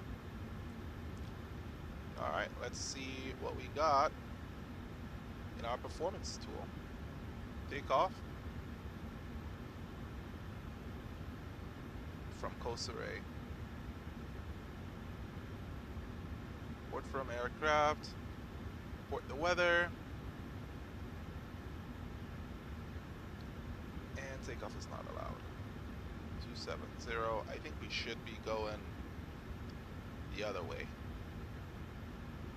Alright, let's check Navigraph again. Let's unload this. And let's close this. Let's see what it says that we should be taking. Because I think we're going to be going down the other way. Seeing that we do have a headwind now. Yep, runway 23. That's where we're going. I'm so sorry. Depart runway 23. Execute. Look at that. Let's arrive in Pohnpei. And what's our arrival? 09.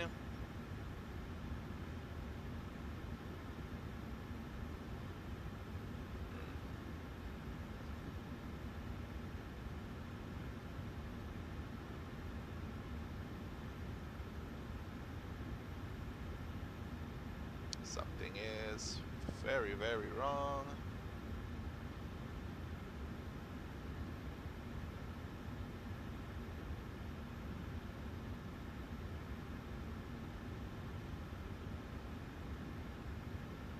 Something is a little bit tight out there.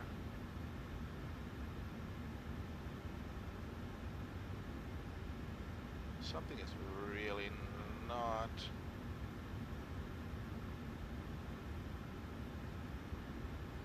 No, no, no, no, no.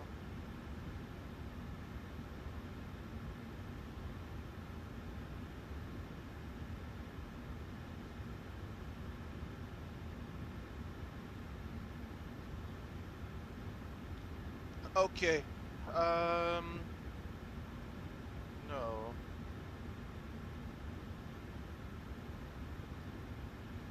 Oh, that's what happened. Arnav X-ray.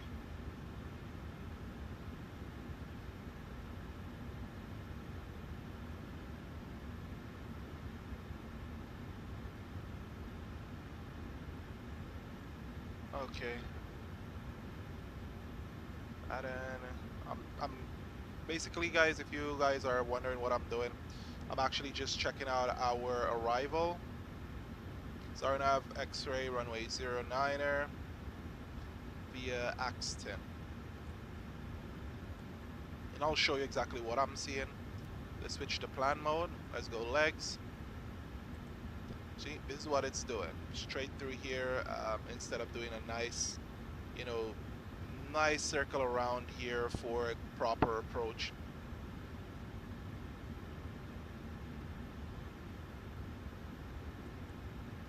So that's what's happening to me right now. I'm just taking a look at that. Again, we're letting our brakes cool down for this. So flight level 320 is our altitude we're climbing to. Alright, init ref, N1 limit. Alright, let's see. Runway 23 is where we're going. Report the weather. Takeoff is not allowed. That's wild.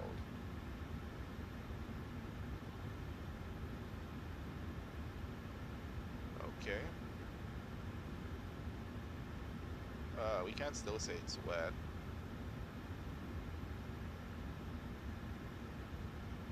Okay, Kosrae, you don't want me to take off.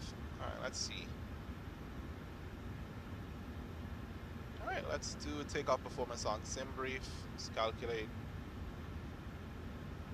Yup, we still have exceeded our runway weights.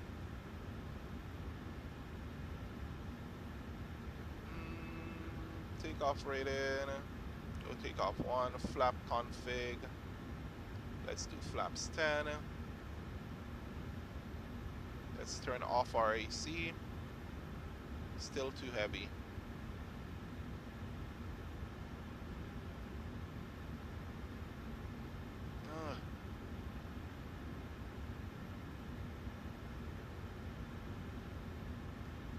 Alright. No temperature. We're going to be doing a max power takeoff. Alright. Let's do that. Flaps to, let's say, flaps 15. We're going to be doing a flaps 15 departure today. And we're going to be going toga. Alright. So, I think everyone should be rearing their heads to go.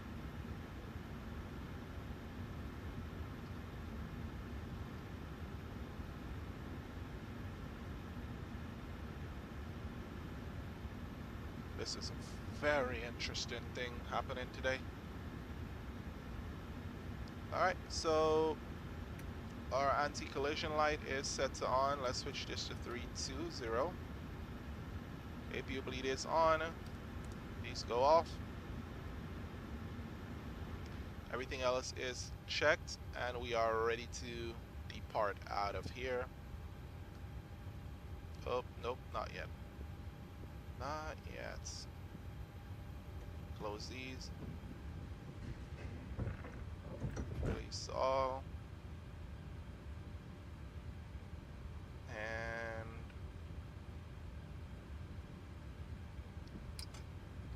I think we got off our chocks.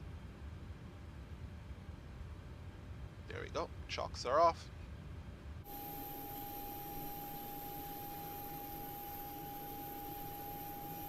So we got a taxi back down this entire runway, turn around, and then take off in toga thrust and get out of here. Looks like the isolated showers are moving around. So let's go.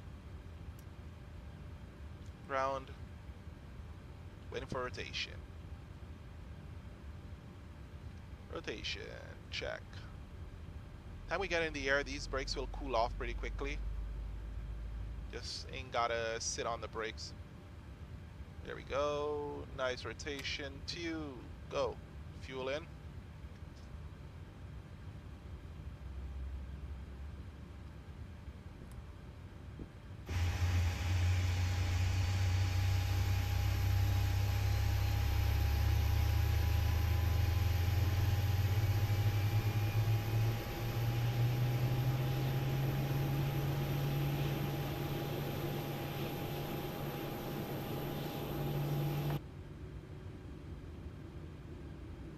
Yep, we are fueling our center pumps. You don't need to be so bossy about it and show me some big orange thing. Alright. Go VNAV is engaged. That is starting up. EFB. Check our ground. Not checking CTAF. Runway is 228, so we're gonna do runway heading 3.1. Fuel introduce.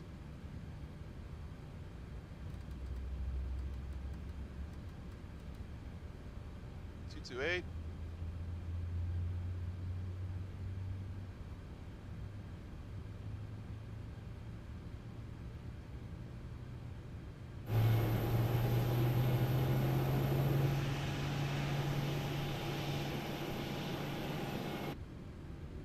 Let's go ahead and there we go.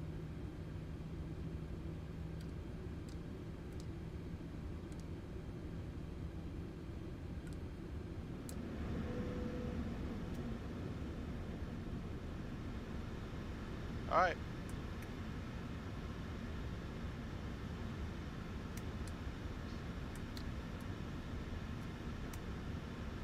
Taxi light is on, showing that we are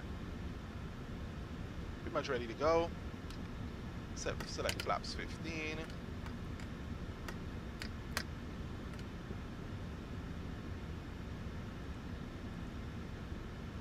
Yes, sir.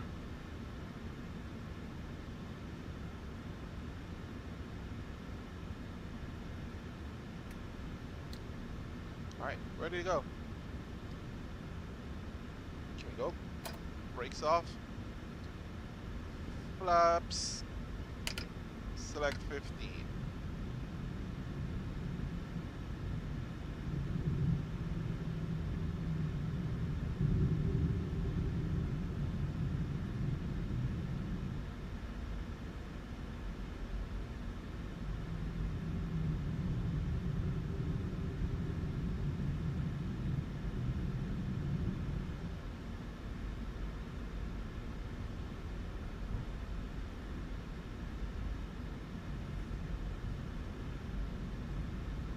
This again is a beautiful island.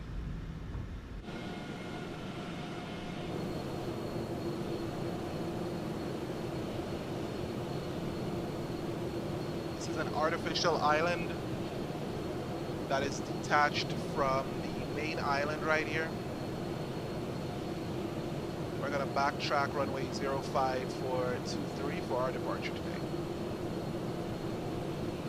So if you guys look, this is the main island right here. It's an artificial island that was created just for this particular reason. I think there should be road, but B, there's a nice little bridge here that comes across, and you guys are able to access this. This is all freeware scenery.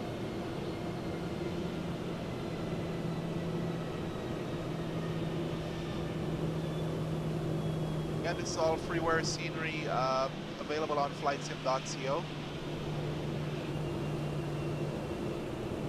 There's a guy coasting out of here.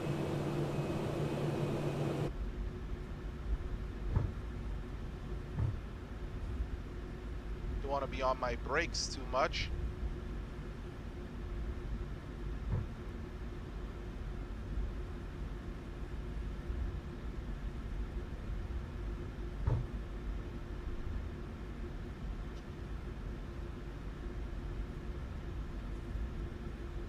While we turn around on this runway.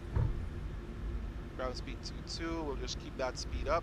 Cools our brakes as we roll down, but then we gotta use a lot more energy. It's dissipating energy as we roll down, but we gotta use a lot more energy to slow down and then make that turn. So we have to keep that in mind. No power on our engines. We're at full idle. Now we gotta get on that brake a little bit.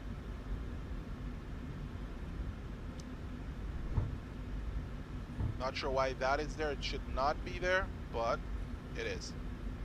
All right, here we go. We can turn on this.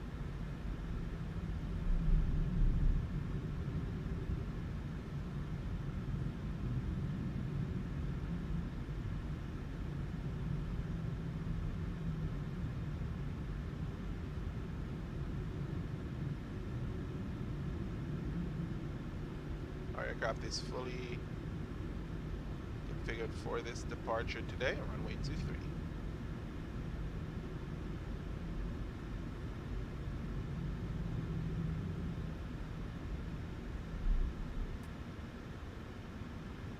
Alrighty, yo, so we're on our brakes here today, and we're getting ready to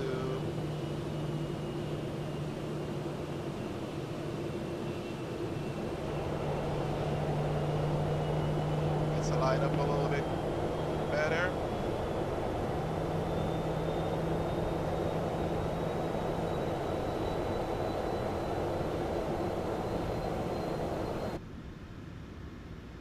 All right, so our auto thrust is selected on. VNAV is selected.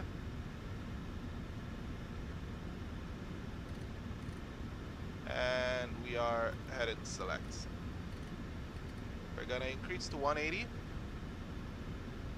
and power on.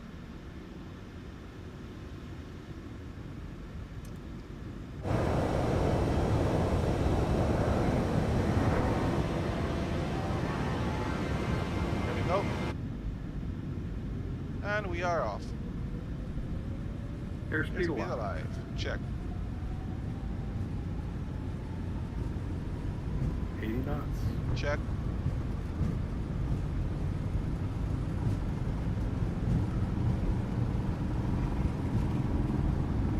V1. Rotate. V2. Positive rate.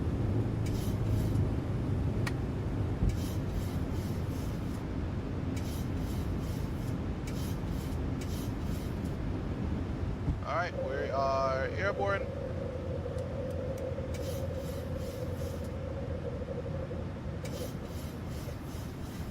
I'm pretty aggressively out here.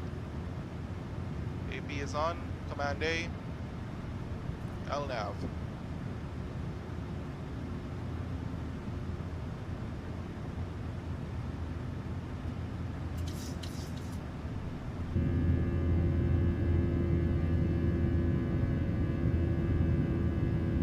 We have some beautiful wind condensation going on there.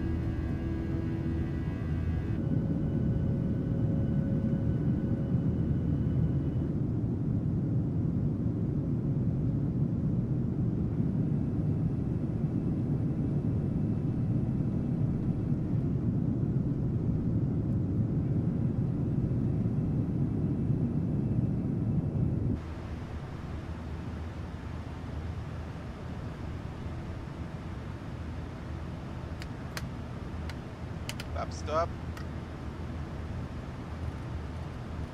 320.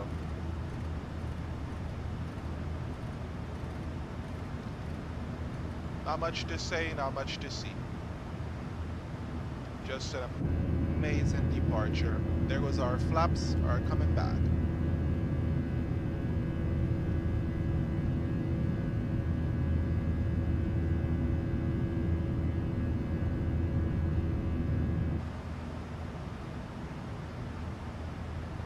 Once we pass 220 knots, our visual effects will go, because above 220 knots, it's just not able to keep up. We are here in our climb. Forgot that.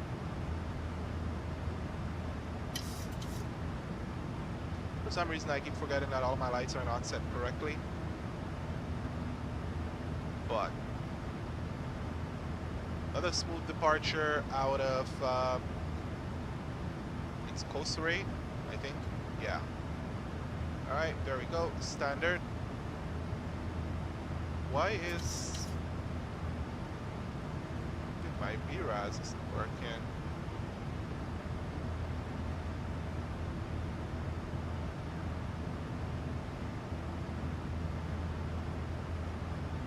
It says my VRAS is not available. I think we can go ahead and re-engage it.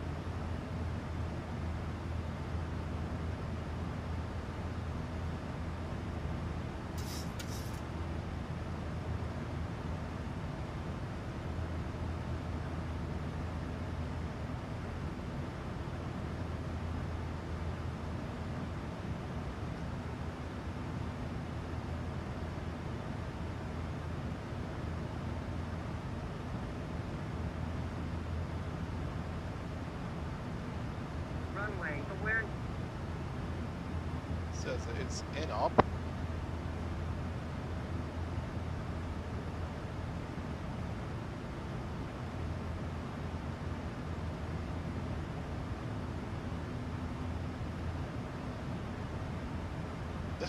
Everything is off already, so I don't gotta worry about that anymore, since we did not depart with any lights, apparently. Okay. 10,000, we are going up. And we are on our way to Pohnpei, everyone. So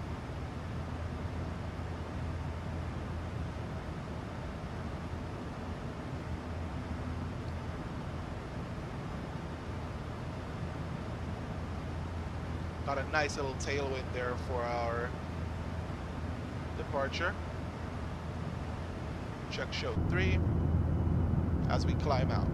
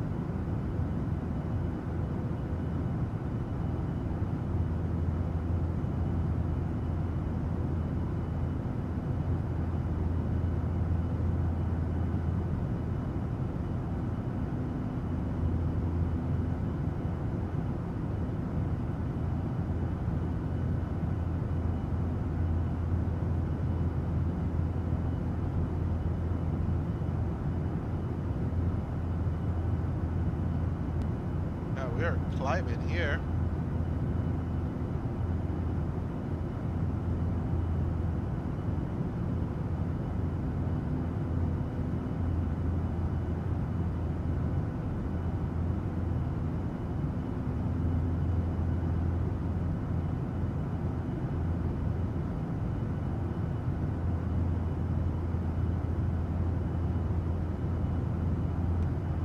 Rightio, guys. So our departure route today was a little bit, interesting to say so the least. It's only we have a limited weight here. The departure out of there was a little bit familiar, so regular, heavy takeoff, full like toga power. It's familiar to all the other islands on the road. At about 400 feet, a left turn is required. However, that was not what we did. We did a right-hand turn, seeing that we didn't take off from the other direction because of the fact that the wind kind of hindered our ability to make that left turn, or we should not even be making a left turn into terrain. So, the weather around Kosrae is rainy. The runway is wet, and we were experiencing some isolated showers as we climbed out.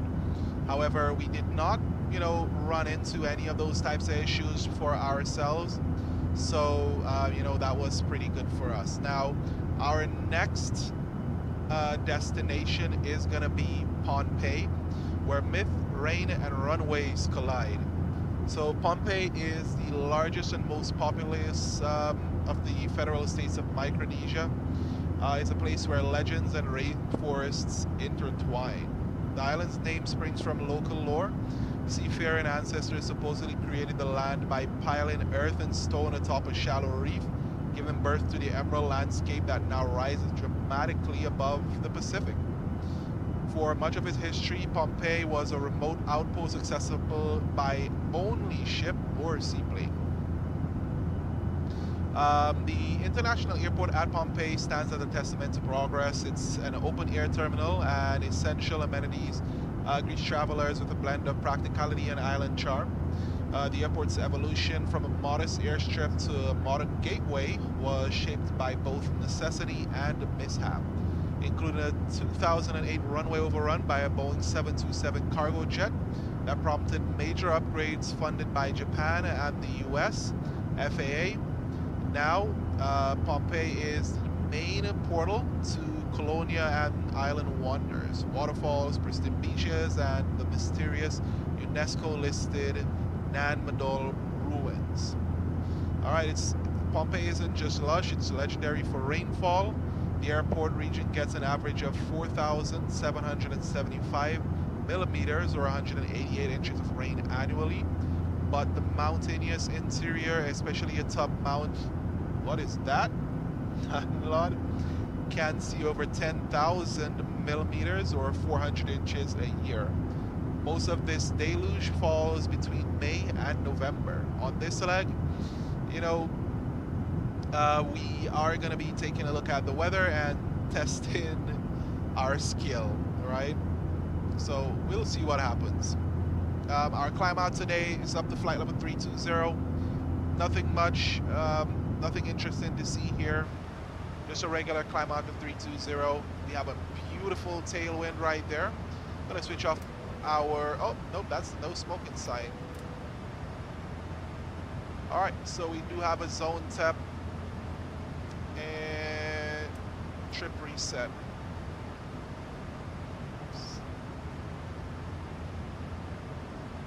All right, so that zone temperature, we just had to reset the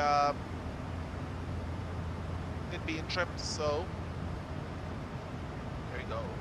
Auto throttle, LNAV, VNAV, N1 checked. Flaps are up. Everything else looks in the green, and our climb out is beautiful.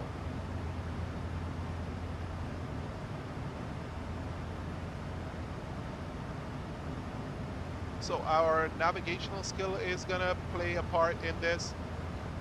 Flying in the Caribbean has always taught us a lot of different skills to fly into these types of areas. Now, I don't typically fly the 737 around the Caribbean a lot. I fly like smaller, or sometimes I fly the 737 into my home island, which is in and of itself a difficult feat or a difficult endeavor, especially with the 737. But if I can land at my hometown with the 737-700, I can land here with the 737-800. It's pretty easy. My hometown is like, although our runway is now 6,500 feet long, in the sim it's 5,500 feet. So we lost 1,000 feet. No matter how hard we try, you know, the semi developers don't increase the feet. All right, there is our gear. We should have left it out a little bit for it to cool out, but it's fine. It's cooling down pretty fine here as we climb up the flight level 320.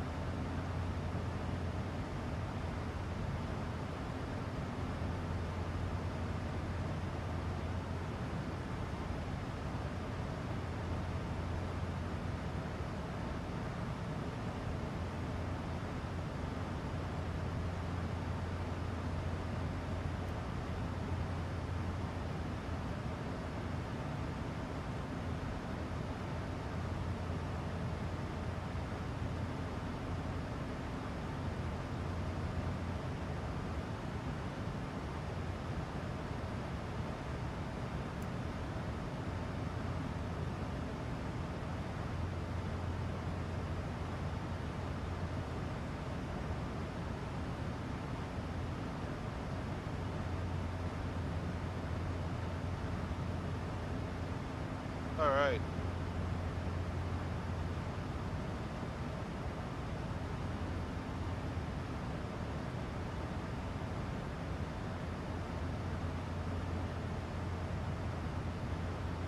'59.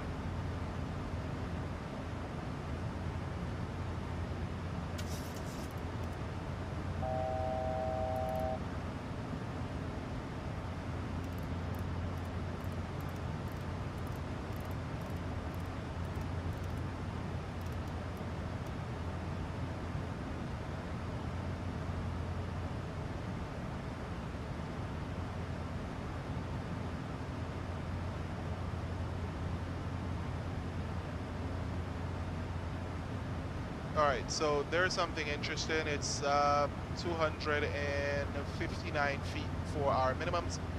So we're switching that to 260 feet, 4,000 to go. And we are on the RNP or RNAV Zulu runway 09er because there is a racetrack profile which allows us to get in and out pretty quick and stand clear of a lot of the weather.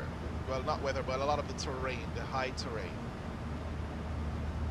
Our last approach took us all the way over the terrain, which we don't want, which we don't like to see. So this is the weather out there. It's not nice. I'm gonna tell you, it's not nice. We have broken clouds or towering cumulus, sorry, at around 1,700 feet, overcast at 30,000, flight level 300. The ceiling is 1,700 feet AGL. Altimeter is 2982. Humidity is 84%, so that means we should be seeing some rain. So that runway is gonna be a bit wet. That's for sure.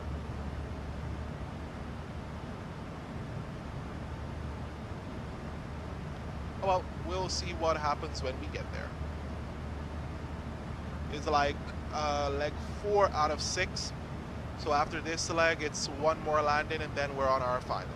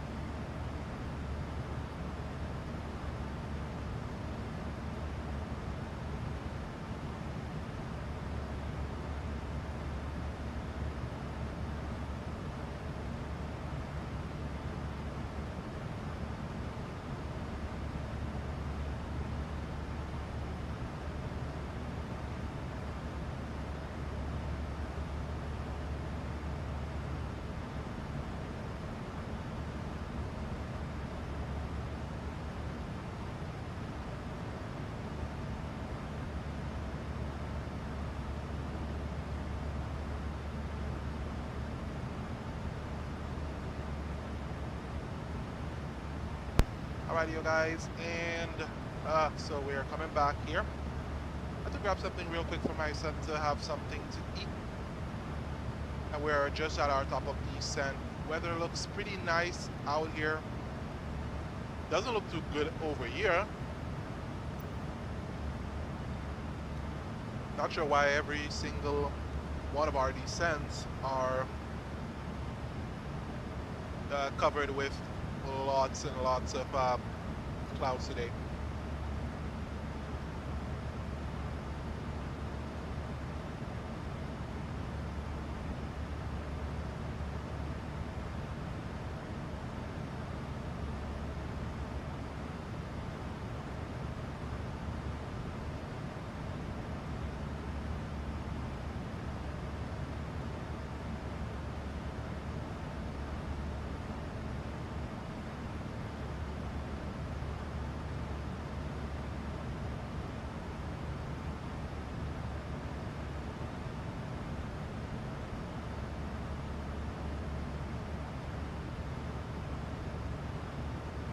Kind of wondering if we really do need max auto brake.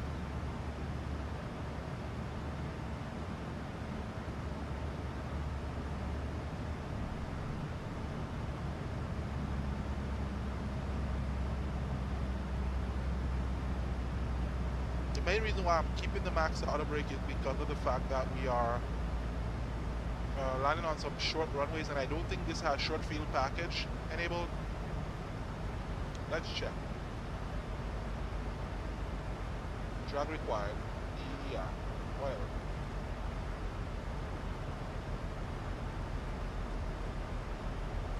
Let's check to see if we have the short field package enabled.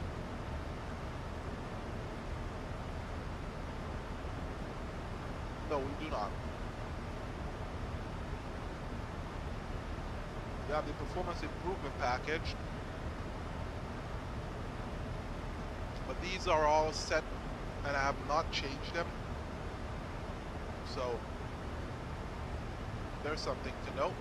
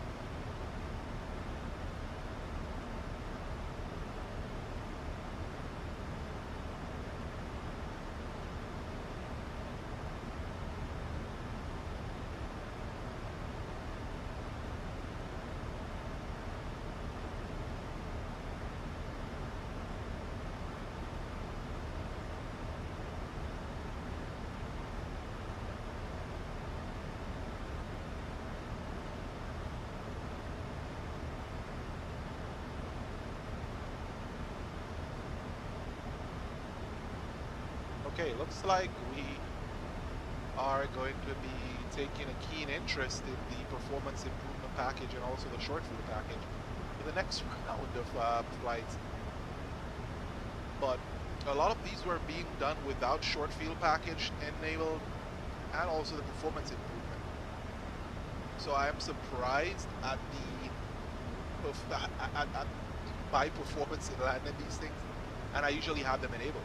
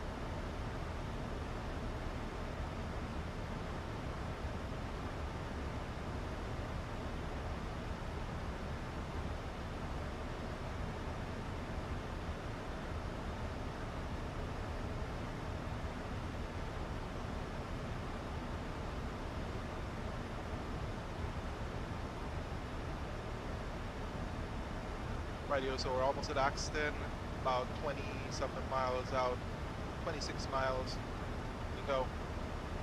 98 miles to complete our full descent. We're descending down to initial 10,000 and then 1,900 feet. You notice our aircraft is starting to, our aircraft adjusted the speed. We're down to 244, but we're maintaining 257. That's because the aircraft in the descent is also getting a nice little breeze from the tailwind, so we've been pushed a little bit faster than we are expecting. I think I can see some land color right there, if I'm not mistaken. Let's check and see. I don't see any weather. There's no rain. That is always a plus.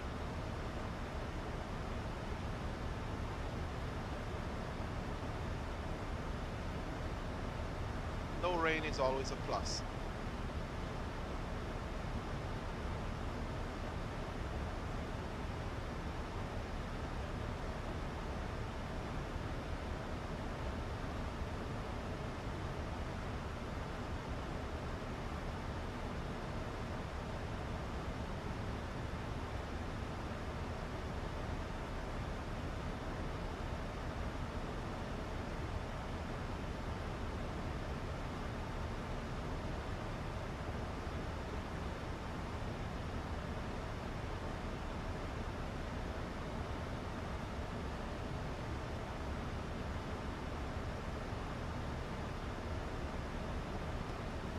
Alright, here we come up. We're getting come up or done up.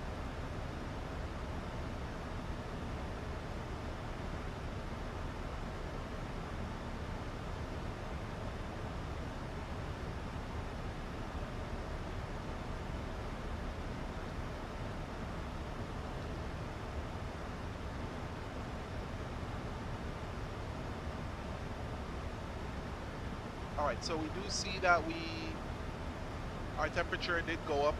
Our true air temperature is pretty nice, around 20,000, flight level 200.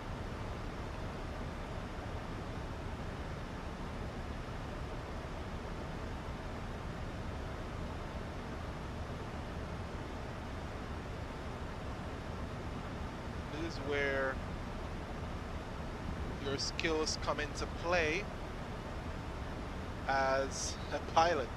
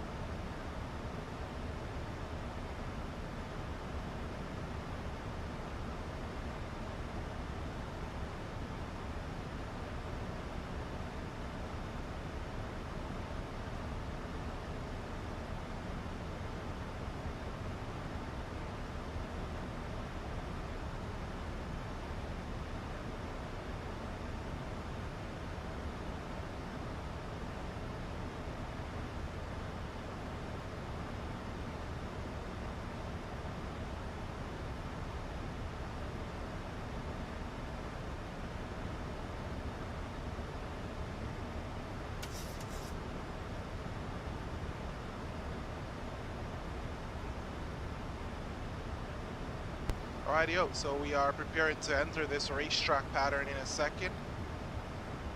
Switch to 40 miles.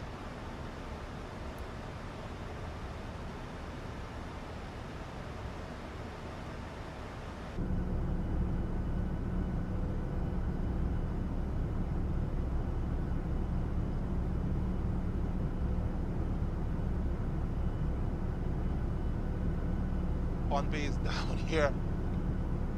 If you guys look, there's a lot of cloud cover over there.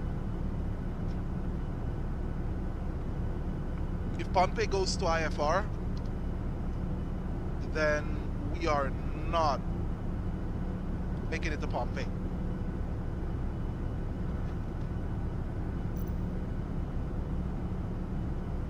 This flight previously was completed by Jason Sokolov. Or Sokolov. Sorry, I'm so sorry, man.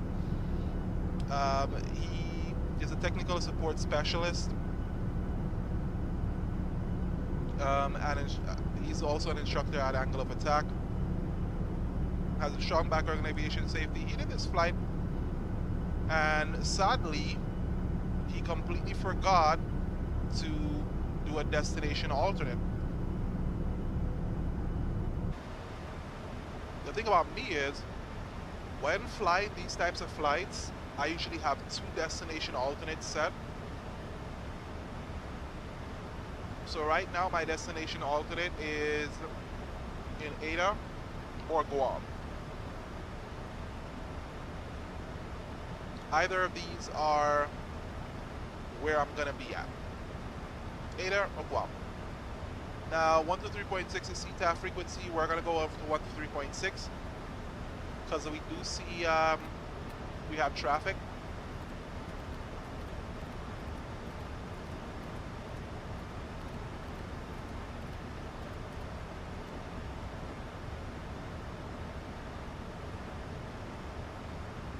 And we're still just gonna call up just to let them know.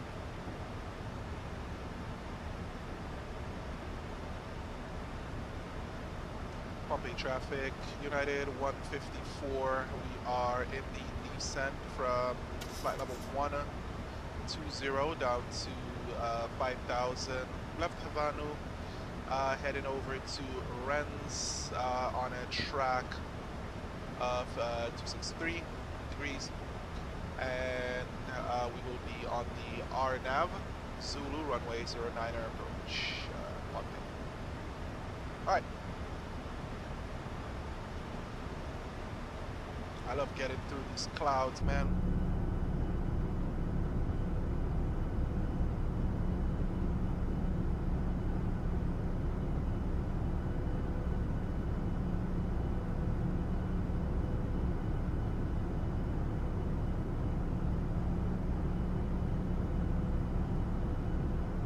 Really cool.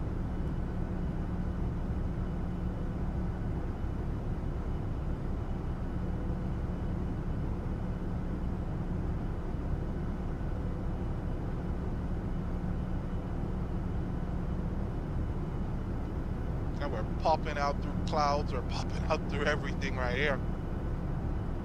I think we need to slow down a little bit while we pop through 10,000.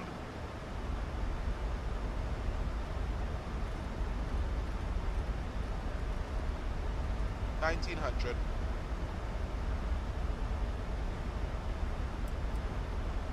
We busted our airspeed.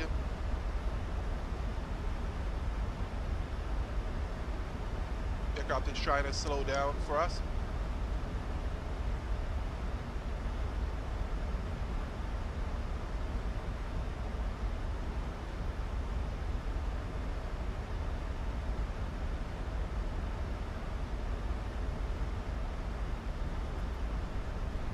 Let's head down.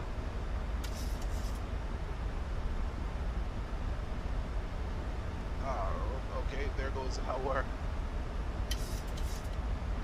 goes our speed.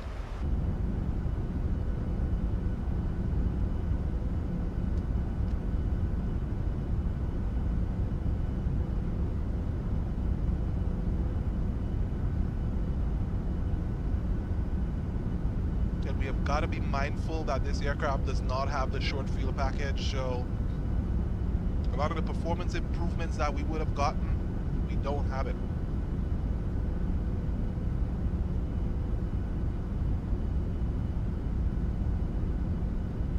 So we're utilizing a lot of automation. So we're utilizing our autopilot a lot.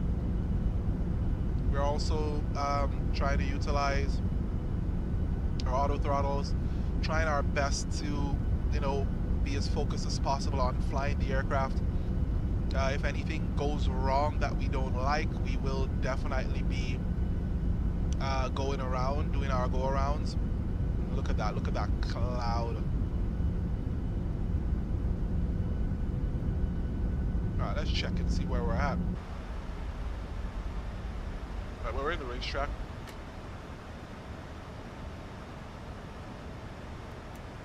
Pitch our max auto brake. Arm our speed brake.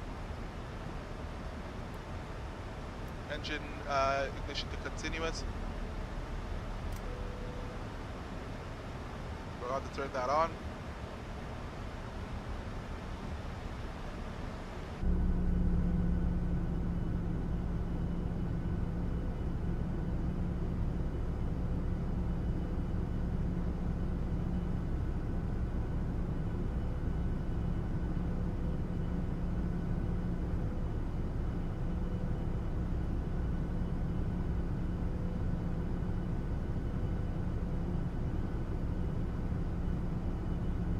Alrighty, yo. We're in that racetrack. I think we're the speed that we're passing by these things makes me suspicious.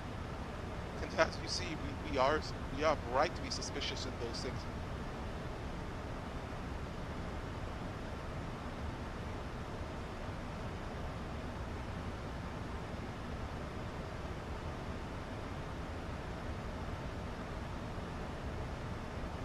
There's an American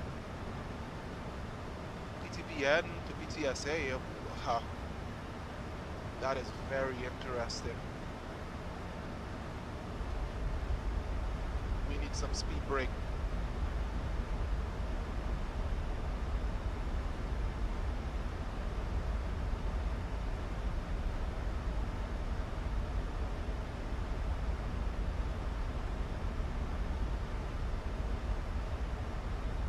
There goes our speed. Our decel point is it's dropping our speed here.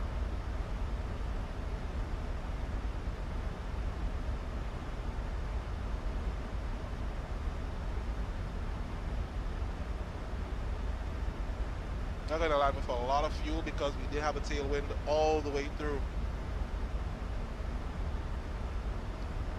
Man, oh man, from the things that this guy said he did previously flying here, I was not expecting it to be this intense, bro.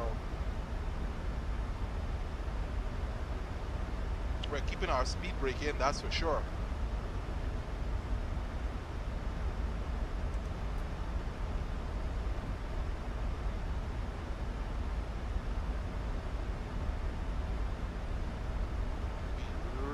To lose some speed here.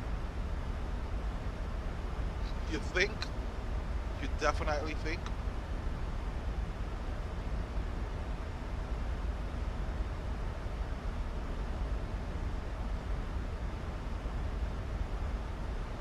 Alright. So we're out of the clouds and the winds are pretty interesting around here. Nothing we have not had to battle before. We've had to battle it in Dominica. We've had to battle it a lot of different islands, so we break out. Check 298. Our speed is bleeding off.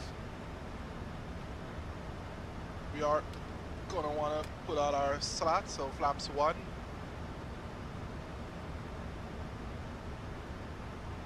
We're gonna engage our approach mode.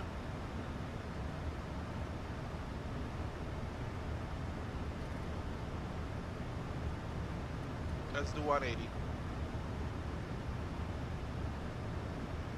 All right, let's go. Oh no, we gotta switch over the CTA. Pohnpei Traffic United 154. We are on final for runway 09 on the RNAV. All right, let's see. Flaps 1 is out. Let's do flaps 2. Should be within speed limitations for that. All right, so weather for me does not look that bad. From here, if you look, it does not look too bad.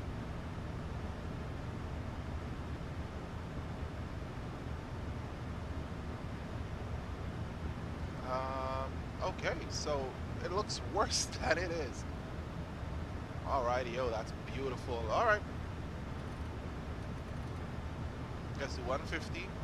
We can see the runway from here, so it's a lot better than what our previous guy had to endure. So Jason, if you're watching, if you see this, then there you go. We got better weather than you. We chose the best time to come through. Let's do flaps 5. Alright, so we are established.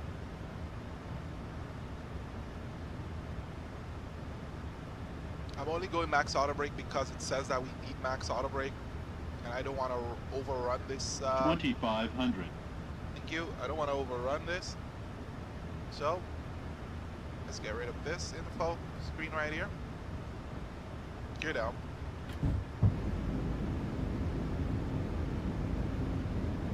Our gear down is a bit early, but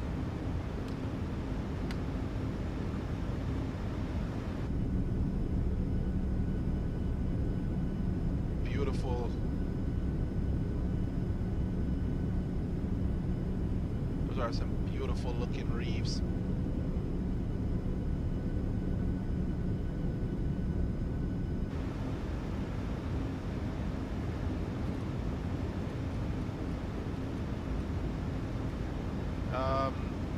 Okay, we are not looking too good on the speed here, boys.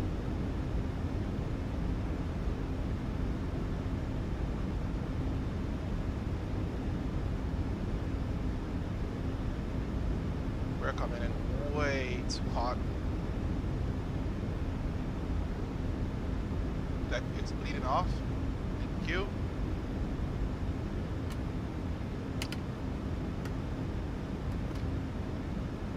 Right, a little more,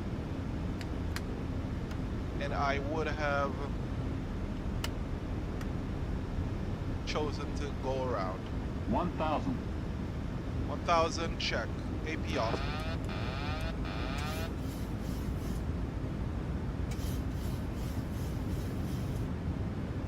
You can trim because the aircraft is trimmed up a little bit and we need trim down.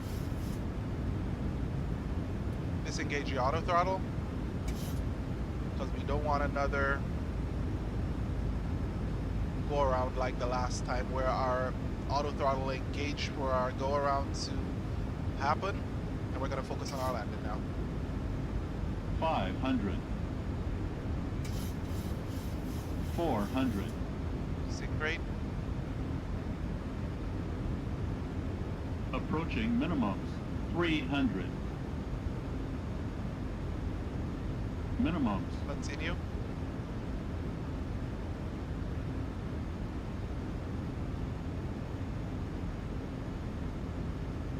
One hundred. 50, 40, 30, 20, 10.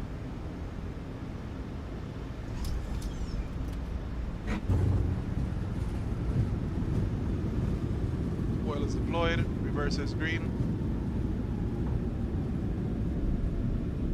Auto brake disarmed.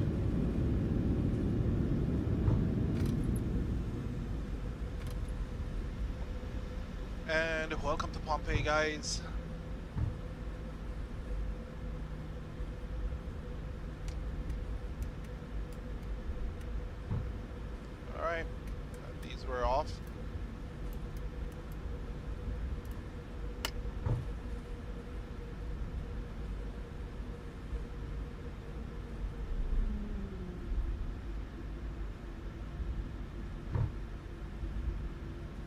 Alright, so it was a pretty interesting approach and landing. The aircraft did get away from me a little bit.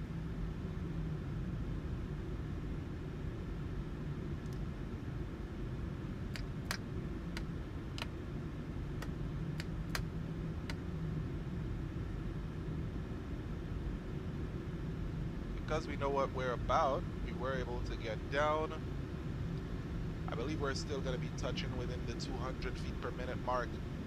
Again, I'm not going to be sugarcoating landing in these areas. I am going to be touching down. I'm going to be making some firm landings in this aircraft, mainly because I don't want to end up floating and using up precious runway.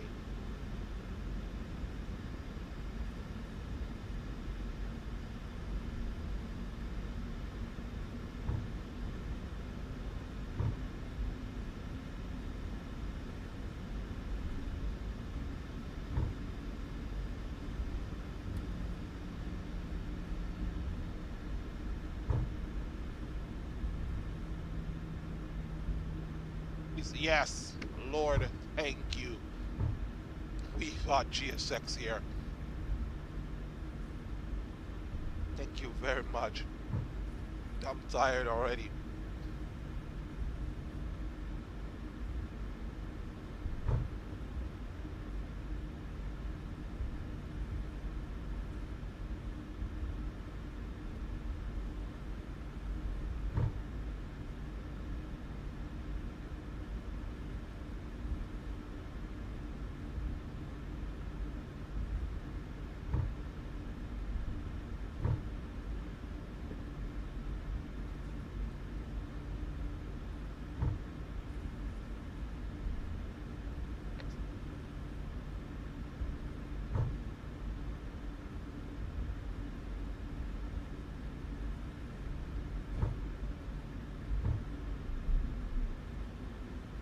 Okay, so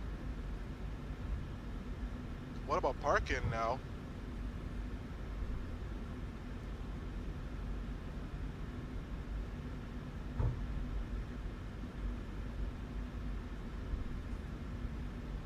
Okay, we gotta keep going. I was worried there for a second. I saw this location here and I was like, oh man, don't tell me that's where we gotta park. But it looks like the fire station and the other emergency services.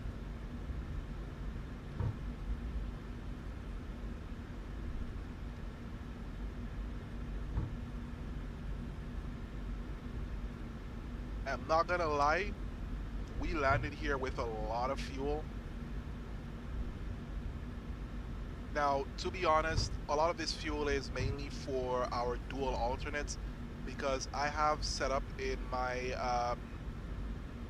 sim brief for my flight plan. We use VAMSys for the United Virtual that I fly for. I fly for two different types of United Virtuals, mainly because I don't want to get stuck doing this and having to be jumping back and forth. So I have my specifics that I fly with them for. Okay, so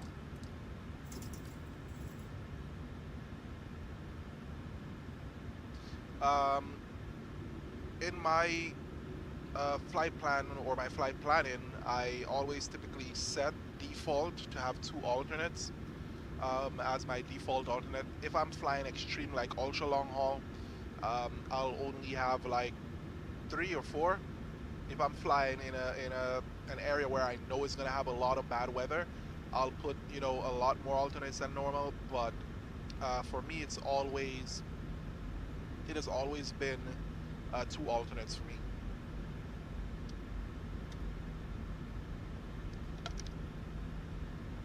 I will only select 1 alternate if it's done under specific conditions. Or in which case, these aren't the conditions, so.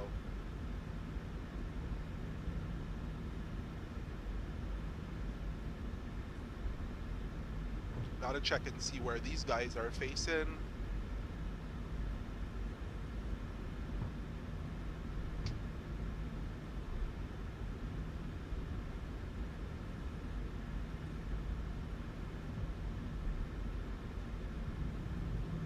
let's take here.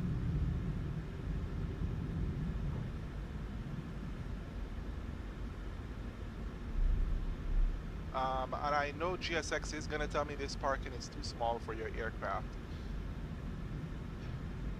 I could care less. I'm parking here.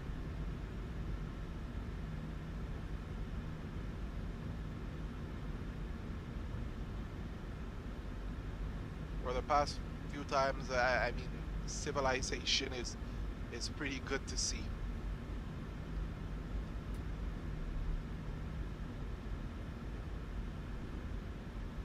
And we've stopped.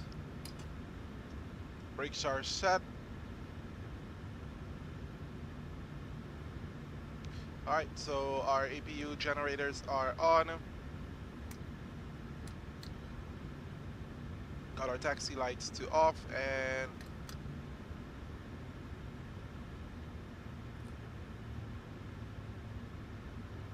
oh my sweet Jesus, baby, I love this.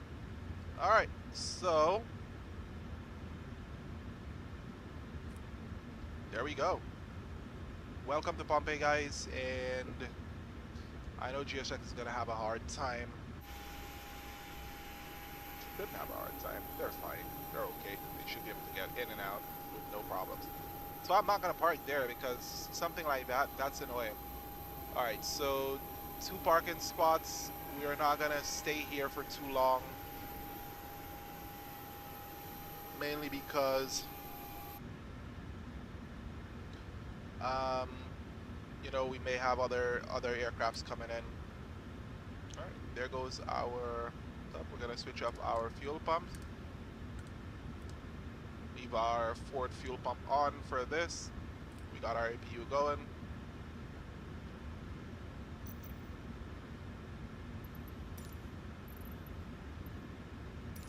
Okay, there are so many parkings, but none here. This is not a registered parking.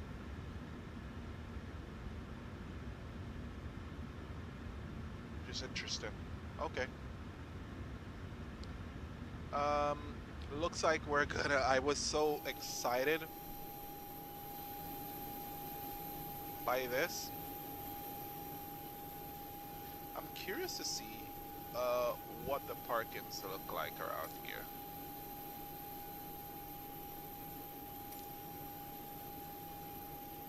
The chosen position is too small for your aircraft. Yeah, there it is. If I came and I parked here, then they would be able to check me out. Alright. Yeah, so we touch on at 225 feet per minute. Which was a proper arresting of our descent rate.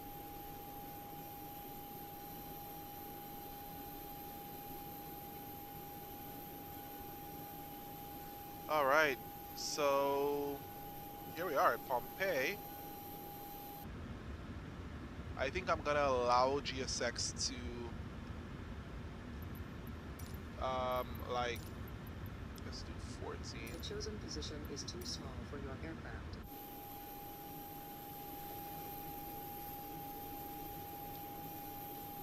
Alright, we're gonna go in one of those.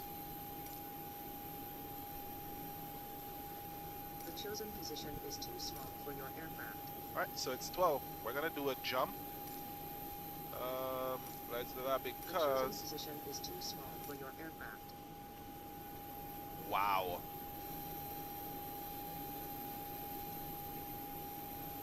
This is an interesting enough. This parking is too small for your aircraft. Boarding requested. Oh, no. This parking is too small for your aircraft. Reset the position, reset the position, reset the position. Thank you. We messed it up. Okay, mainly because we need boarding and so on. That's why I did that. Wait for everything to load.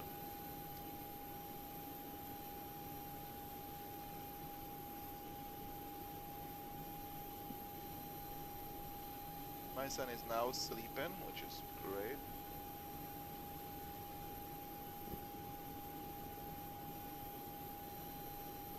He has been up all day. While we wait for them to do that, I'm gonna go ahead and, Is too small for your aircraft. as soon as I was speaking, The boarding requested.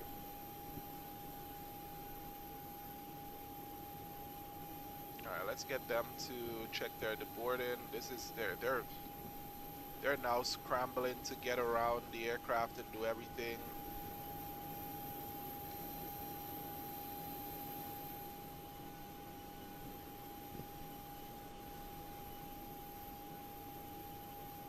It's gonna spin. Nice.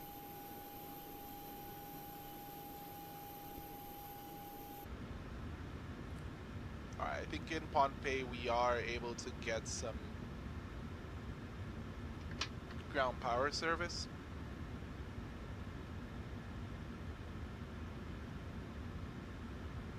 Let's hit our chocks. Let's request the ground power.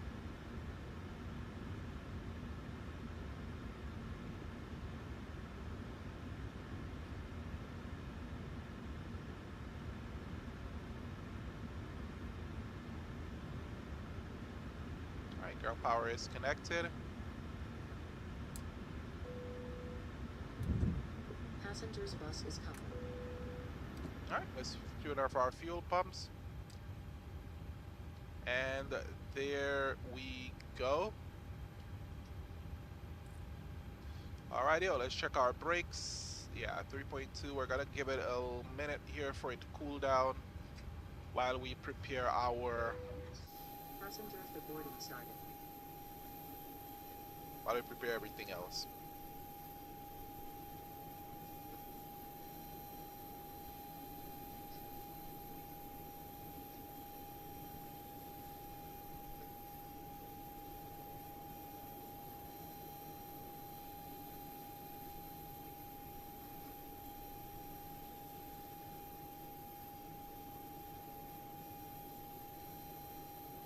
Alright, over to CHOKO International. It's about an hour.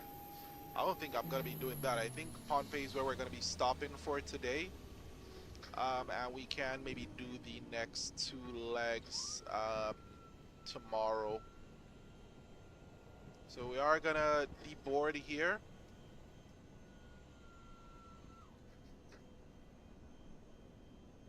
We are going to deboard our aircraft here today. I don't think I have another. It's like about 10 o'clock already, my time, 9:54 p.m. I've been streaming for a couple of hours now. It's not that long, but it is a long stream, a long enough stream, to be honest. So, again, I'm just gonna go ahead and chill out for a little bit, have our deboarding done, and I am gonna give this aircraft a nice little rest.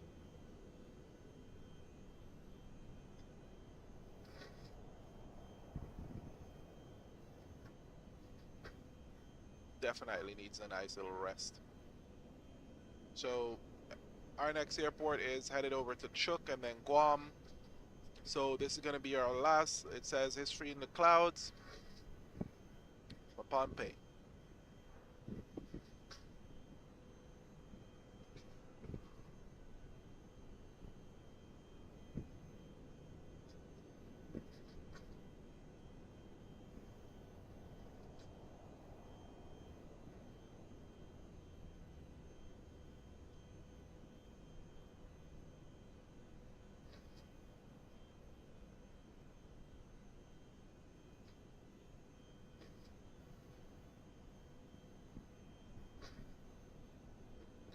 I feel that we can move over to CHOKO. It is, it is, again, very dependent on how I feel about the continued flight. I want to continue, but I want to at least stretch out a little bit.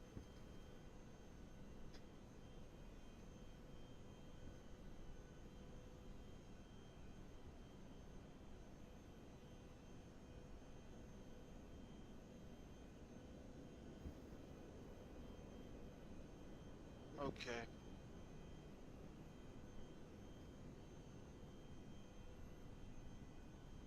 Yep, so I think this is going to be our last stop. And then tomorrow we'll do the last 2 hops. It's going to be from here to Chuuk, and then from Chuuk to Guam. There are going to be some pretty quick hops, pretty quick landings. And the thing is, it's so counterintuitive because a lot of these places, seeing that we're on this side, the locations are like it has to be in the afternoon for me because nothing afternoon or late evening. That's the thing about it. So I cannot do this like early in the morning for me or so on and so forth. If it was early in the morning for me, I would have completed this entire thing in a day. But the weather does seem like it's turning around and it's getting a little bit worse as Passengers bus is coming. we keep going along. So what I think we are gonna do is to what I think we are going to do is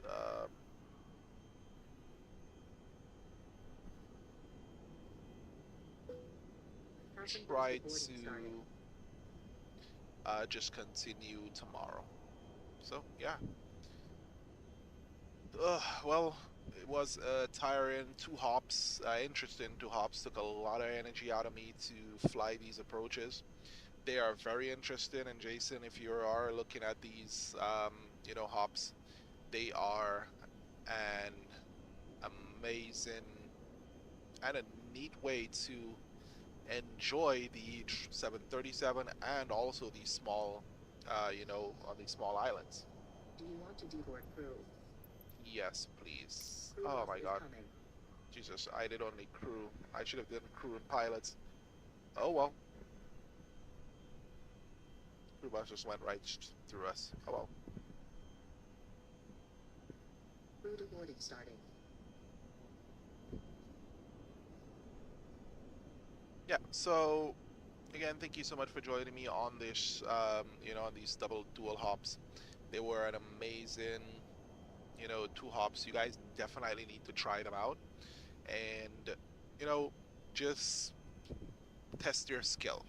See what you can do, see how you handle this aircraft. And again, it's a beautiful aircraft. I don't have the short field package like he has, or I didn't install them. I left them as is in stock. But trust me, an amazing, amazing, amazing flight.